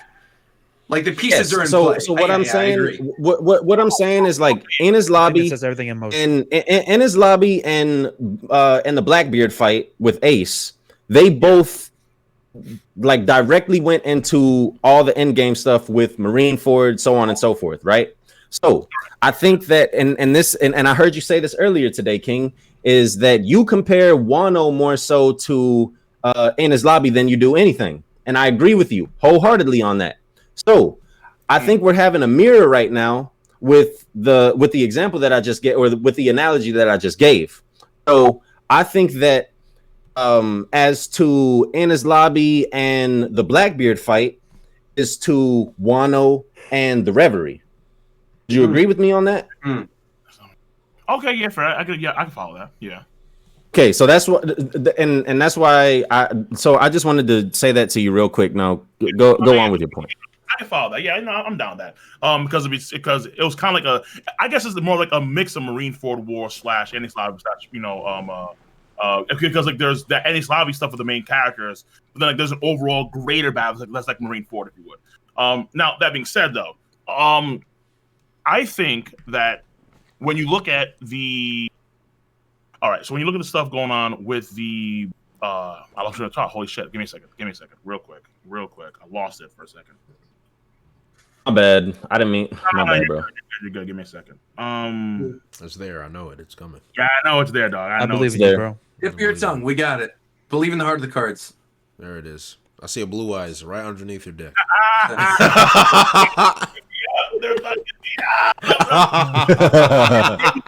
Well, Matt Lance, while Cole's thinking of that, man, I want to ask you a question. How's Pyra and Mithra? Because I see you playing Smash over there. Ooh, called him 4K. Oh, 4K. no. In 4K. I'm not playing. 4K. Even I'm not playing, bro. Wait, I got My controller's over here. You got it. He got it. He got Sorry, it. bro. Guys, I'm sorry. he got it. Y'all got me Wait. addicted. Wait. Y'all got me addicted Matt, to my- Matt, he's Look, got it. All of you. Wait, Jay. Wait, Jay. Keep that thought, Cole. Keep it. Don't lose it. Yes, Cole, keep your thought. I will say this. All of my friends that I've met in the community, y'all have got me addicted to fucking Nintendo Switch again. Or Nintendo, just It's in general. literally the best system. It's the best system. It's so good. fun. It's all here. It's so I got It's got all the old RPGs. It's got Smash Bros. It's got we all have our Switches. We all have a Switch. We're out here. Except for King of Lightning, who doesn't have a Switch. I Unbelievable. don't know why to this day. I mean, There's no reason why you don't have a Switch. I don't get it. I just don't understand. Oh, yo, King, don't forget your point. King, don't forget your point. Don't forget your point, by the way. Broccoli and then Virgo, The point obviously, is, I don't understand. Nintendo Switch is goated. I got you. And yeah. okay, listen, I have my PS4 controller. That's all I need. Nah. That'd be Switch, bro. right. Hold on. All the homies are on the Switch. man. Okay. But Cole, your point. Cole, your point. Yeah. So after Wano Country, I see it to where Lupin has to gain a very important thing to solidify himself as a Yonko, and that's territory. He needs territory in the fucking new world. He already has it. No, he does not. I think that Wano He only has No, Fishman does. Island. He only has Fishman Island. That's it. He needs territory. He needs it. Okay, let me retort to King. Let me retort. Wait. I have this. Let me just go for it because this ties to Bo Hancock too. He needs territory in the new world, but also I think there's going to be certain islands, like for example, what we saw in Blackbeard's case, we attempted to have territories outside the new world with Pinkbeard, for example. So what I think is going to happen is that in this case of Luffy and Bo Hancock are going to wind up converging at some point because of legislative actions. Because I agree with you actually, because I actually did it in one of my videos about Bo Hancock versus Marines. I think that there's a case here where that's going to play a role for sure. And that's all going to tie in to solve situation. I think it has to because it's going to converge with all that one area. And then after that, I think the end result of that is folks recognizing not only Luffy's power as a leader and his own army, he's going to have territories officially not only in the new world but also in the Calm Belt with Amazon Lily. Amazon Lily, I think, is going to be ultimately one of Luffy's territories at the end of the damn day. He'll have that officially Strat flag. Boom. So Luffy, with that in mind, he'll probably go into the final section of the story with Blackbeard and maybe Shanks and so on and so forth, and then comes Rafto. So ultimately speaking, I think, and also it kind of ties, I think, to maybe all this change of the whole pairing stuff, maybe. I'm not too sure exactly, but I kind of noticed that now, or like there's a lot more like pairing stuff with, like Sanji maybe putting, and then you have Zoro and probably Hiri. And then folks have been saying, well, because Bo Hancock was in the Stampede movie, and then how Oda said that maybe it was gonna be like the last movie, and Bo Hancock plays a big role now. I'm like, oh shit, maybe Bo Hancock is gonna be actually a thing in the future. Look, man, just stay away. Bo Hancock, man, I'm telling you. Bo Hancock and Bartolomeo. Don't do it, man. It's gonna happen. To retort, right? So what Luffy has been doing, Luffy has been. If you go and look at Blackbeard, right? So Blackbeard was not crowned a Yonko until after the Payback War. So he had to get the notoriety under his belt, with a war, so on and so forth, and he did that with Marineford as well. Mm-hmm. And then he went on, and then he went on to take over the territory. Well, he went on to take over the territories after Marineford, after getting the power, after getting the Devil Fruit, and having an impressive showing. Okay, then he goes on to take over the territory, but even still, while having Whitebeard's fruit, showing what he did at Marineford, he was still not considered a Yonko until after the Payback War. Okay, so what Luffy has been doing, he's been doing the same thing that Blackbeard has done, that Blackbeard did, since Marineford. He's been going to different islands. He's been accumulating allies, and he's been influencing, or he's been inspiring people to the point that they would want to take up his flag. So what I think is going to happen at the end of Wano, right? After Luffy is declared, or when we finally see Luffy be declared as a Yonko, it'll be in a cover story. Okay. And I think just as we saw with Whitebeard, being a deterrent on the seas, we're gonna see other people going after Kaido's territory, going after Big Mom's territory, because I think that Kaido and Big Mom are no longer Yonkos after this arc. But we can talk about that later, right? We can talk about that later. So as we saw with Whitebeard, multiple people are going to be on the seas trying to take over the territory. Some of the supernova, some of the Marines. The Marines want to extend their jurisdiction. But on the flip side of that, right? On the flip side, just as we saw some people adapting other people's flags when Whitebeard went down, look at Fishman Island. Fishman Island decided to take up Big Mom's flag. Other countries around the world decided to take up other flags. I think that now other countries around the world will say, okay, we just saw that Luffy took down Kaido and Big Mom, or he was at the epicenter of that. Let's take up this dude's flag. This dude seems to be a candidate. So Dressrosa, some of the allies of the countries that Luffy directly influenced during the Reverie, so on and so forth. Right. Then Fishman Island, Alabasta, Drum Kingdom, all the allies that Luffy has accumulated leading up to this point. We're gonna see all of them, and they're gonna be taking up Luffy's flag, and that is why he's gonna be declared a Yonko. Yep. Because he has the notoriety of a major battle under his belt, on top of everything that he's already done, and he has the influence throughout the seas. He has both. I agree with partly with you because I think that you're going way too far. Because I don't think that territory or place that he's been to, like for example Alabasta, I don't think Alabasta needs to necessarily be underneath him. And you got to understand, because they're in the Grand Line, they're in Paradise, that's under world government jurisdiction. Exactly. But the combat's not. Yeah, that King brings up a good point. Like it would be incredibly dangerous to pick up Luffy's flag and to showcase it as if it's like representing your country if you're a member of the world government and part of the Reverie and stuff like that. So Zoro, let me just ask you this, right? Let's say that the world we all think that the world government is trying to cover up the fact that they actually killed Cobra during the Reverie, right? Yeah. Sure. Yeah, they did, right? And then a lot of people at the Reverie witness to that, or they may know what actually happened. So there's an outright revolt?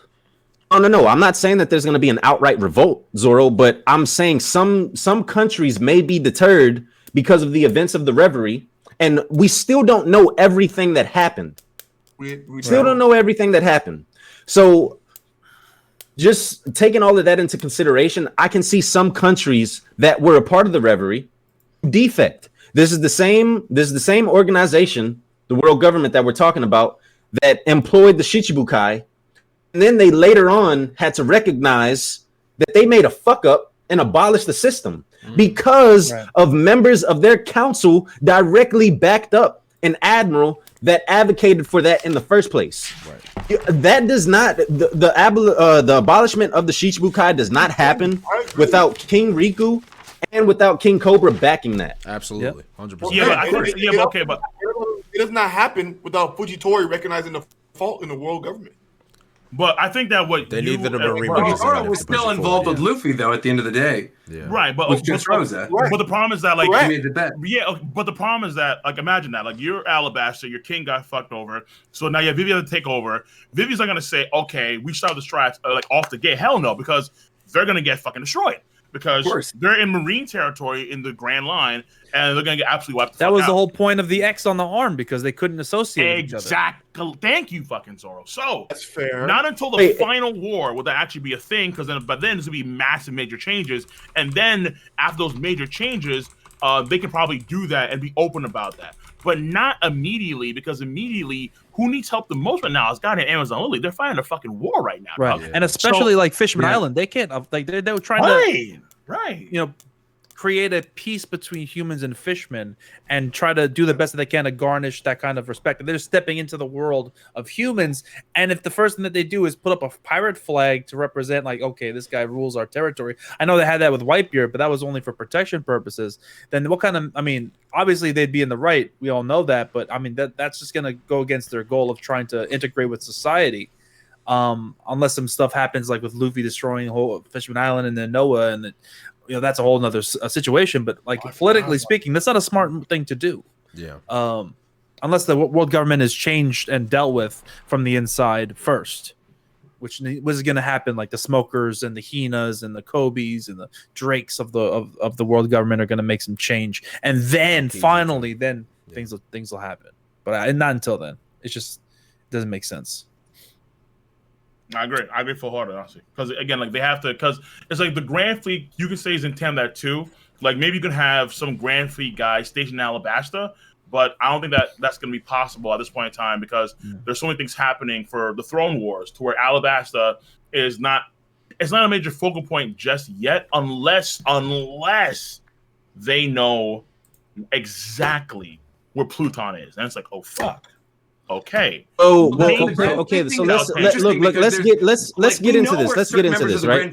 Where's Blackbeard going? Because where is Blackbeard going?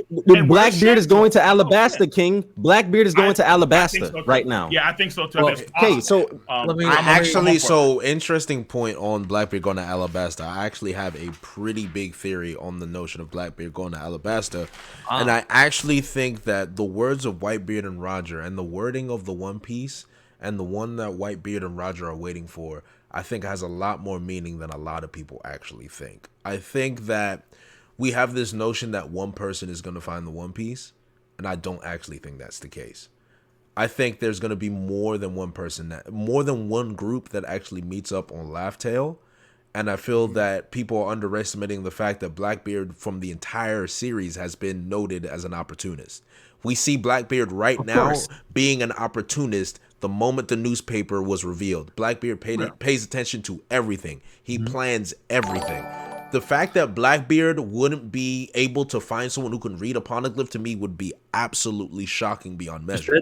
So I believe Blackbeard is the one who will take the shortcut to Laugh Tale. I believe Luffy is the one who will take the proper route to Laugh Tale, as you see his reaction towards Rayleigh, where he didn't want the shortcut. Blackbeard would be the one to take it. Now, Zoro, I heard you mention that, you know, they have canon aspects to the movies, but not everything in the movie is canon. Right. That log post to Laugh Tale, I feel like that's. I'm not gonna lie. I feel like that's gonna come back into fruition. What? No. Listen. There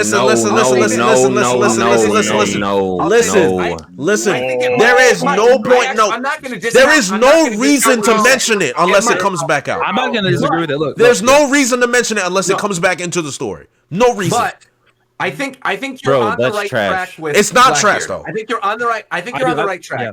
But I think ultimately the Blackbeard thing to me has been that he's an opportunist. He's following Luffy. That aspect of it we know. I think what's ultimately going to happen is the Laugh Tale situation, to me at least, and I know a lot of people disagree with this, is that Blackbeard dies at Laugh Tale. That literally the Blackbeard's whole thing is they get to Laugh Tale at the same time, and there is something that is inherent that Luffy would do that Blackbeard will not do. And his opportunism, he's taking that opportunity to try to get to whatever the One Piece is eventually going to cost him his life. I've said this time and time again. I think Blackbeard, alongside Akainu, I think they're kind of neck and neck for this, are prime suspects to be the one who's going to end up drowning in the series. Because we're all still waiting for that. And I honestly feel like Blackbeard might be the one. And if you go back and you look at something very basic, like I'm sure many of you know the story of Treasure Island with Long John Silver and like all this stuff that happens, is the way that wraps up is the island floods and Long John Silver drowns on Treasure Island. That's literally like the whole thing, is that he wanted the treasure more than his crew. And then Hawkins is like, no, I want to be with, and so he drowns.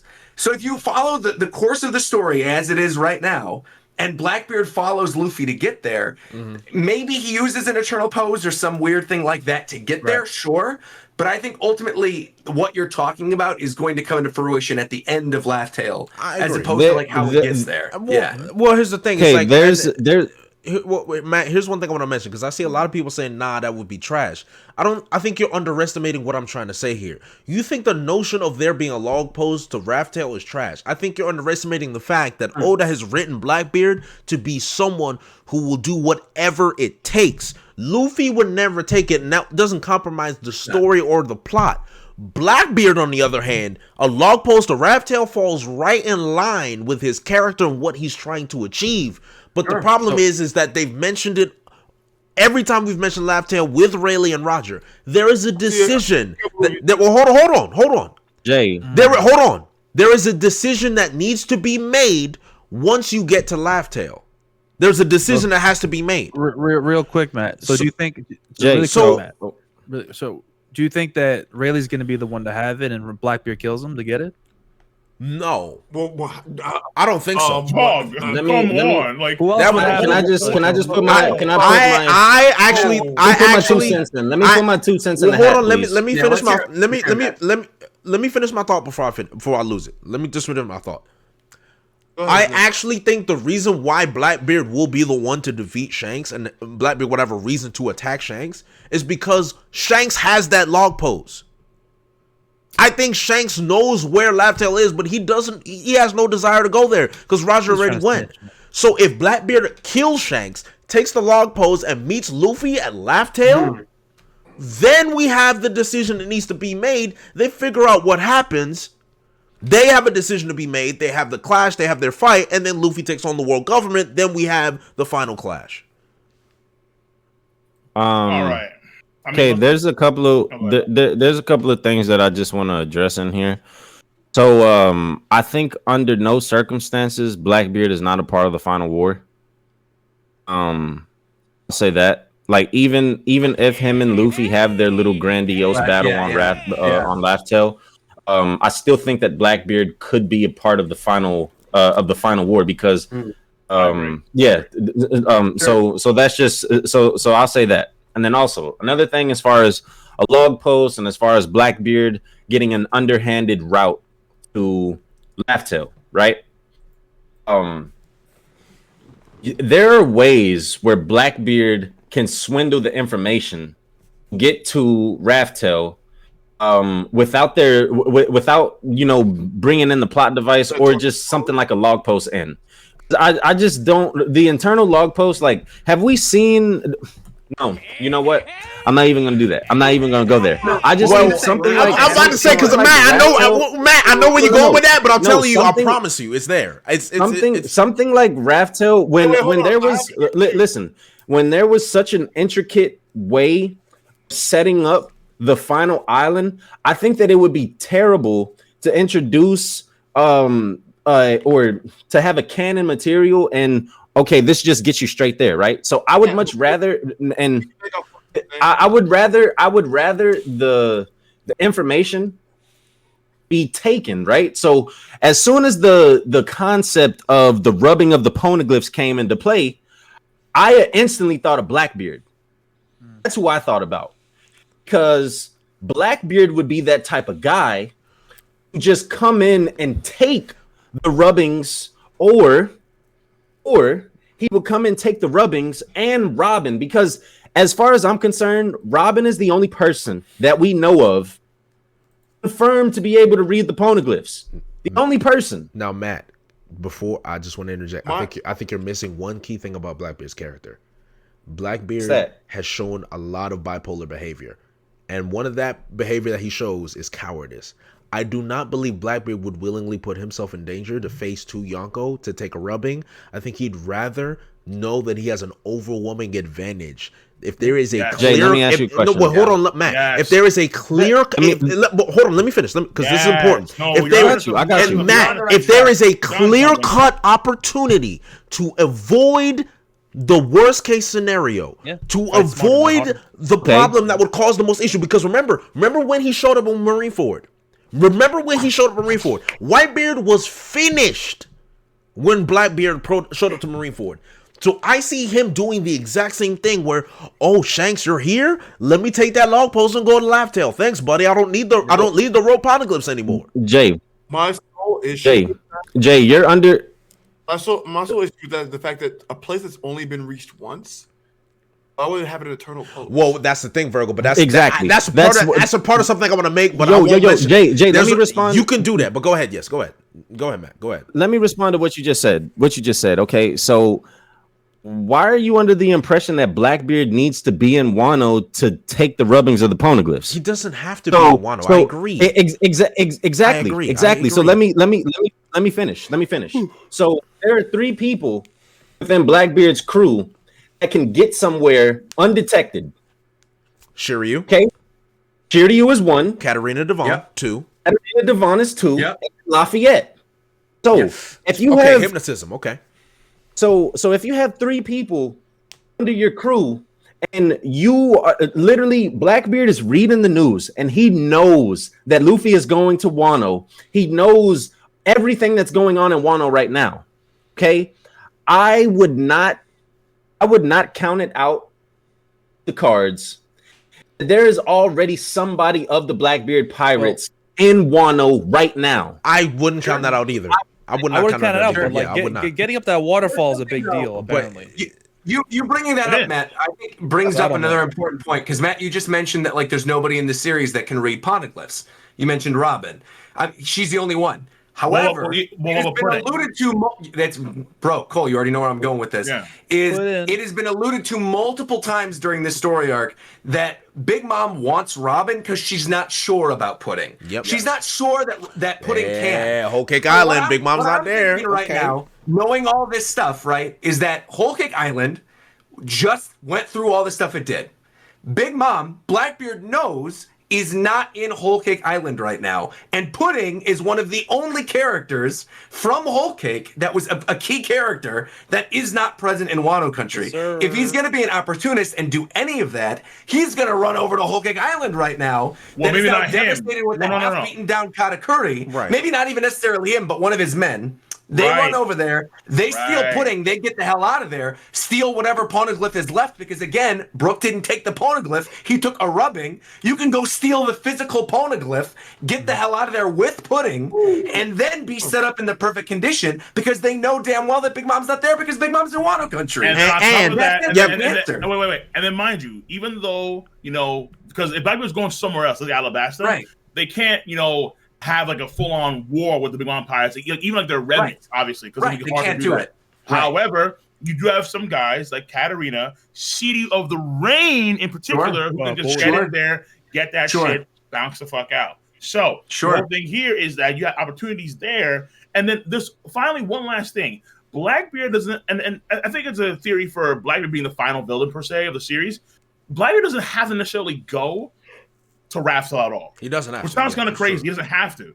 I think there's a possibility where he could pull a Sebek, or at least try to instead, where he actually may get an ancient weapon. He may actually get Pluton, and then try and assert world domination through those means. So you have the Pirate King versus like the Overlord, or someone that's trying to be the Overlord of like the world with an ancient weapon in tow.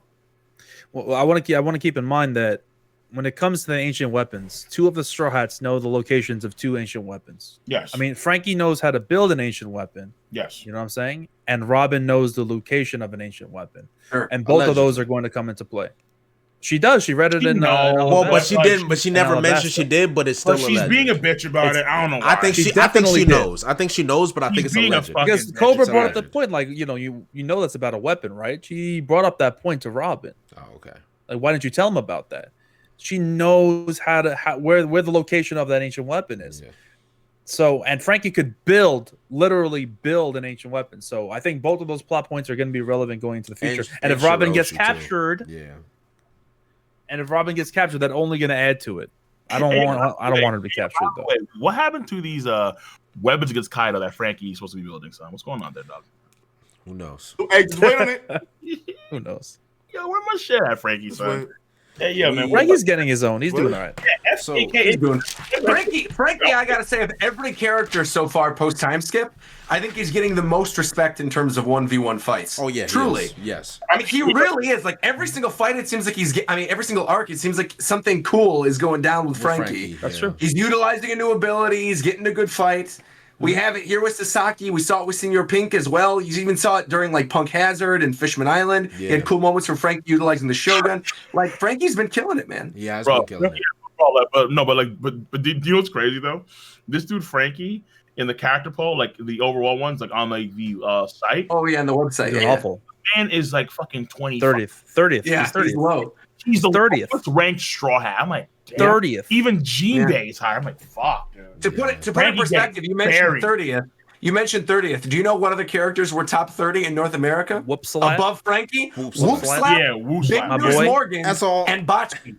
Yeah. Those three were above Frankie. Frankie just gets. I mean, he's getting his one-on-one fights, but than Bocce, bro. I blame Grand Line Reviews for one- Loose Slap, though. I blame Grand Line Reviews. Yeah, sure. That's all his fault. I definitely. To be fair, I blame Oda for that Frankie design. Though, really. to be fair, Katakuri got some love. As he should. As he should have. Yeah. He should have. As he deserved. He's strong as fuck. I'm like, That's it, man. Yeah, man. But unfortunately, it is. I did not think this stream would ever be 3 hours long. But you know, when you have the last gathered, time kind of flies out the window for sure. Yeah. But I have work tomorrow, so I want to sleep. I do want to sleep. No doubt. But I want to say, I want to say for sure, probably this is one of the most fun streams I've had in a very, very long time in general. You know, I don't think there was a time where there was any really silence or anything. I think we're just all talking about whatever we wanted to talk about.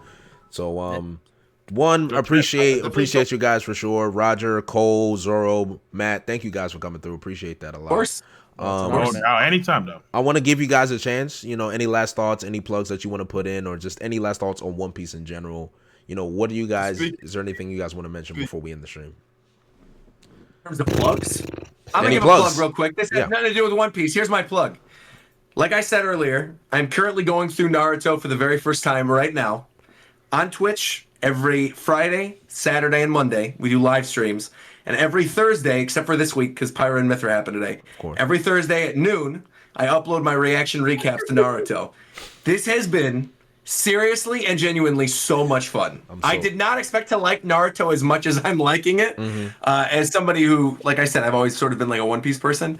And if you want to see some hype reactions that are on the level of like some of my best One Piece reactions, I'm telling you, go watch the Naruto reaction series. Me and my editor, we've been putting in work. There's some really funny moments. We make it seem like its own little TV show. It's a lot of fun. So go watch the Naruto watch through. 100. That's my plug. I'm gonna do it myself too, real quick. I'm gonna do it for myself. You guys should come not to Twitch or YouTube, but come through on D Live every Wednesdays, every Saturdays. We come through on late nights because we can stream audio and everything. So it's fucking great. So you should come through. No doubt about that. Those D Live streams are popping. Gonna be reacting to live. Whitebeard fucking flying. The Whitebeard reaction. He said he's so swift. He's swift. Disgusting. Hey, yo, Whitebeard is off the chart. I'm like, god damn. He was that skywalk. I'm like, fuck. Whitebeard? What Prime Whitebeard with the skywalk. Crazy. Come through on Saturday night Eastern time. Come through. All right, I apologize to the UK lads, to the Arabian Nights. However, everything is saved on my Patreon. It's like fucking $2. Everything's saved there permanently, so you guys enjoy it too. No doubt about that. Shout out to JD fucking Legend. All right, not a fraud, Legend. Out for the stream.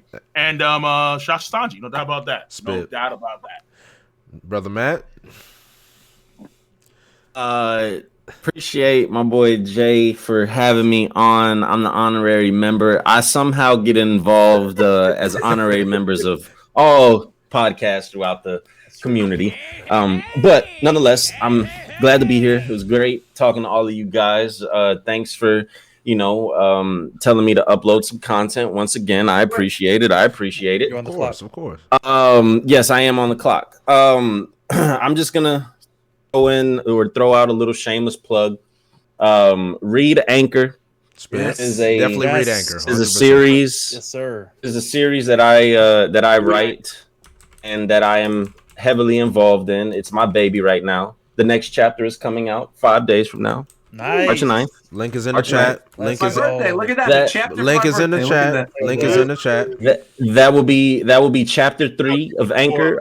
If you could subscribe on Webtoons, all of that good stuff. Yes, sir. It is a slice of life, Afro anime, if you would. And yeah, that's all I got. Thanks once again for having me. I really appreciate this. This was great, Brother Zoro. All right, man. It's always a pleasure talking to everyone here, man. It's a really great thing. The community, we got a lot of really tight people come together and talk about this kind of stuff. It's always a blast. So, Jay, first off, appreciate you, obviously Virgo, getting me involved in this. It's fun talking about the past, man. There's some crazy stuff that happened over the years. So, It was good, kind of reminiscing on all the craziness all this time, shit. bro. You can make an entire stream off of that and just go 10 hours, but no, we're not gonna bore you with that. Yeah. I don't really have They too can much ban to on Twitch, plug. honestly. Yeah, there's videos already online on that stuff, but I don't really got too much to plug. You know what I do. I talk One Piece. That's pretty much my thing. But probably gonna expand out more. I'm on Twitch now. I'm playing games and stuff. So follow me at twitch.tv/ZFB124.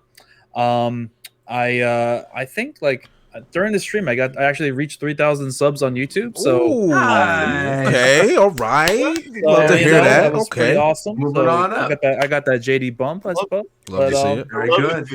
I'd love to see it indeed. Thank you guys. If you guys want to, you haven't done so already, hit that sub button on YouTube. I'd like to think I'm one of the few Zoro fans that isn't an asshole. To the Sanji people, completely. At least. I'd like to think I'm fair-handed. I mean, cool. Yeah, He's pleasant. Stop. I mean, yeah, fuck you, Cole. I'll take it. I'll take it, man. But yeah, I had a blast, bro. Thank you for inviting me, and we got to do this again sometime. Of course. Virgo, my man. Any last words?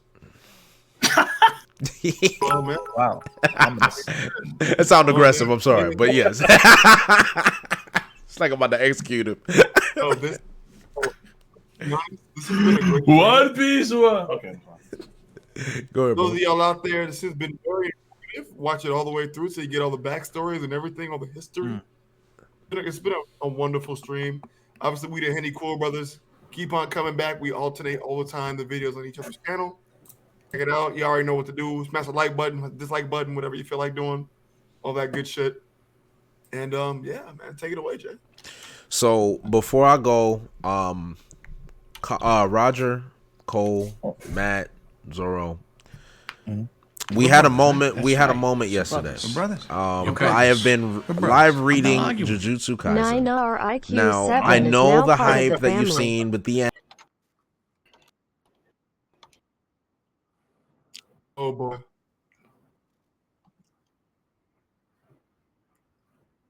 Not Gojo?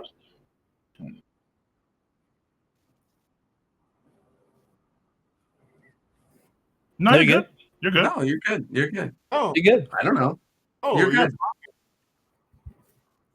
We Yeah, you're fine. Yeah, you're good. You're good. You're saying, oh, wait, how? Oh, the chat, so you got muted? Wow. We hear you. Yeah. I think there might be trolling. Can They I- might be trolling you. They might be messed up. I'm sure. It's a really good troll. It's a quality troll. Oh, I know Oh, what wait, happened. no. Oh, wait, I know no. what Oh, happened. no. I know Yeah, what no, happened. I I know what can't happened. hear you. I'm No, good. you're I'm right. good. No, they're right. We're No, good. they're We're right. good. They're We're right. good. We're good. Okay. Okay. All Guys. right, cool. Okay. Apologize. Okay. I saw what happened. Look, they were fucking wilding. Okay, we're good. All right. So, like I was mentioning, Chappy chat. Yes. Go on. we were talking about the Church of Toji. We've opened it up now. However, if you read Jujutsu Kaisen live, I promise you, don't wait for the anime. Get to the Star Plasma flashback arc in Jujutsu Kaisen. I'm telling you, the reaction you guys will conjure out of your spirit will be worthy content. I will When- say, I will say, I would if I am not already completely caught up to Jujutsu. Ah, Kaisen, which I am. damn it, Roger! You I'm dog, you missed the bag. I You missed literally the am bag. completely caught up to the manga. I'm caught up. The thing with me is I read a lot of stuff off camera. Okay, that's that fair. I used to do content for because it's to the point where like if people want me to do content for everything, then it makes the channel too diverse, and then it's like I'm covering 8 different series and people get mad and stuff. But I read Right. JJK on my own. Right. I can attest to Jay. It is very hype right now. Oh my You should be reading goodness. JJK. I'm still reading My Hero Academia, despite the fact I hate the fandom. I'm still reading it. As you should. Um, Fair. yeah. No, So but Cole specifically You're right. for you, I know how I you like the anime a lot. Listen, This shit's listen, fucking listen. fire, Cole, dog. Cole. I It's know, fire. I Real know, Cole. Real If good. there's anyone here that's follow your content, I know certain characters that you will literally go insane for. Toji is the next church that is established and you will endorse. I Not promise you. Gojo? Not Gojo? Something? Not No. Gojo Toji. I actually guarantee. I will put my channel. I will put my channel as collateral, as I don't proof. know, I man. This man swear. looks like a That's DD. quite- I'm telling you, there is a reason why I say Toji over Gojo. There's a reason. All I'm gonna leave it at that. I've been thinking Roger, about you're reading smiling it, because you know. All I'm saying is, listen, Cole. If there's anything that would be the best business move, is to do a live read. Jujutsu Kaisen after the anime finish. We can wait till the anime finishes. Yeah, when the anime's done. When it's done, I agree. You must read. And then when the church, everything, yo, I'm having a hard time waiting week to week for an episode. It is so fucking good, but it's not that difficult. It's not that it's need to read. Wait, come I've on, been that's true. tempted to read for the longest time. But hold up, though. It's like anime is more popular than manga, so it's just like anime is where the fuck it's at, and it's like the anime shit has been beastly as shit. Yes, hell yeah, it's been great. The anime shit has been fucking great, and I'm like, I don't want I've already spawned I think on a few things and so I don't necessarily get spoiled on more shit. And I'm like, I do want to do the manga, but I'm like, fuck, man, like I don't know. All I know is that we are 3 days away from the second to last chapter of Attack on Titan, and I am like, I can't wait. The leaks are my butt is clenched. Well, I won't mention anything. But, oh my lord, I can't wait. But Cole, I'm telling you, once the anime ends, I promise you, it is a business move. I will only leave it at that because I've been resisting for the longest time. But I am privileged to what I've read. Okay, privileged. I'll consider it, but I do have to go through one big hurdle first, and that's reading all of Black Clover on stream. Oh, Jesus. Why would you do that to yourself? Dude, why could you do that to yourself? What's wrong with you? Dude, Black Clover. Jesus. Don't do that to yourself. Oh, my God. Wait. What was that reaction? Oh, my God. Damn. I did not see that coming, my boy. Whoever convinced you to do that, please fire them immediately. Mid Clover, I made promises.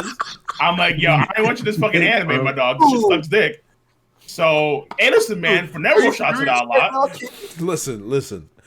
I do this because I care, Cole. Don't you ever. You are literally cheating yourself. You guys feuded for years. Virgo, you feuded for years. I have no idea, dog. Dude. I just want names. It could be fire. It could be straight fire. I just want a name, Cole. Just give me the name. I just want to know the name. Who told you this was a good idea? I'm telling you, as someone who has read Black Clover, better. For Neverworld. For Neverworld's all about that shit, dog. It's I'm not saying it's I'm not gonna say it's trash, but compared to a Jujutsu Kaisen read through, it is literally like picking what's the word? It's like picking deep dish pizza to like Lunchables pizza. Like that's literally that's literally what it's like. Wait, hold on. Real Lunchables is not with the shitty fucking It's not even warmed up. It's not even in a microwave. It's cold. It's cold. On the right day, cold Lunchables hits though. On the right day, when you're completely hungover and you haven't eaten in weeks. All right, wait, okay. So be fair, hold on. Crust. So I will say this, right? For my defense, I actually was planning for like a while now, I think it's been like a year or like a year plus now. So I've been saying I'm gonna do a Black Clover read through at some point. So I'm probably gonna do that as well as Record of Ragnarok. Those two series. I heard that's very good. Yeah. And then I was gonna do webtoon shit, but like. These copyright strikes are fucking weird. Tappy Tunes are assholes, bro. We won't do it on stream, but Cole, I will send you a preview of how I'm doing solo leveling right now, and it is abysmal. It works, but it is abysmal. All right, dude. Yeah, so far I've been okay. So far I've been okay on like my on my streaming on my read through channel, but it's like. Sure. I don't know when there's gonna be like, yo, fucking just terminate this nigga because he has like too many like solo. Take it out. Yeah, I don't know. So I mean, I have the filter. That's all I have, just a filter. But now I don't know if that's gonna be enough anymore. And then also, like that's for like Tappy Tune shit. I don't know about fucking webtoon shit. Webtoon shit is like a whole new ball game. And so I want to do like fucking hardcore leveling warrior. I think it's called. Sure. The unordinary. I want to do like a very series because webtoons are popping. They're fucking popping. There's a lot of stuff. You know, if I can't show it on stream, it's like, I mean, it's not bad, but I mean, it's still good. But just like fuck, I'd rather show it on stream if I could. So I don't know though. Let me just say, Jay. Every time I'm on the stream with you, it's my obligation to tell you to read goddamn Blue Lock, bro. You are. This is made for you, bro. You don't rush it. Don't rush it. Don't rush it. I am a sports anime enthusiast, so it is chance, yes. phenomenally hype. It is pure hype in its greatest form. Blue Lock like next year, 2024. Like 2024. Come on, my niggas. Like we get there, dog. We're getting there, bro. Just believe me. Blue Lock is so goddamn hype, bro. It's so good. I will take your word for it, Zoro. But I guess this is where we end. So again, thank you everybody. That's a wrap. 3.5 hours. I told Roger and Cole it would only be an hour and a half, and we're here. So, honestly, no. To me, this is proof that it went better than I expected. I'm very happy about it. Very happy about it. So thank you guys again. And hopefully we can do it again. He's playing Smash Bros. He's playing Smash Bros. Don't worry. He's just being mad. But yeah, thanks everybody in the chat. Shout out to everyone that donated, of course, everyone that sent the bits. And I just appreciate everyone in the chat in general. So I appreciate you guys, and we'll catch you on the next episode of Henny Cool Brothers. And that's it from us. We're out. Take care. Bye.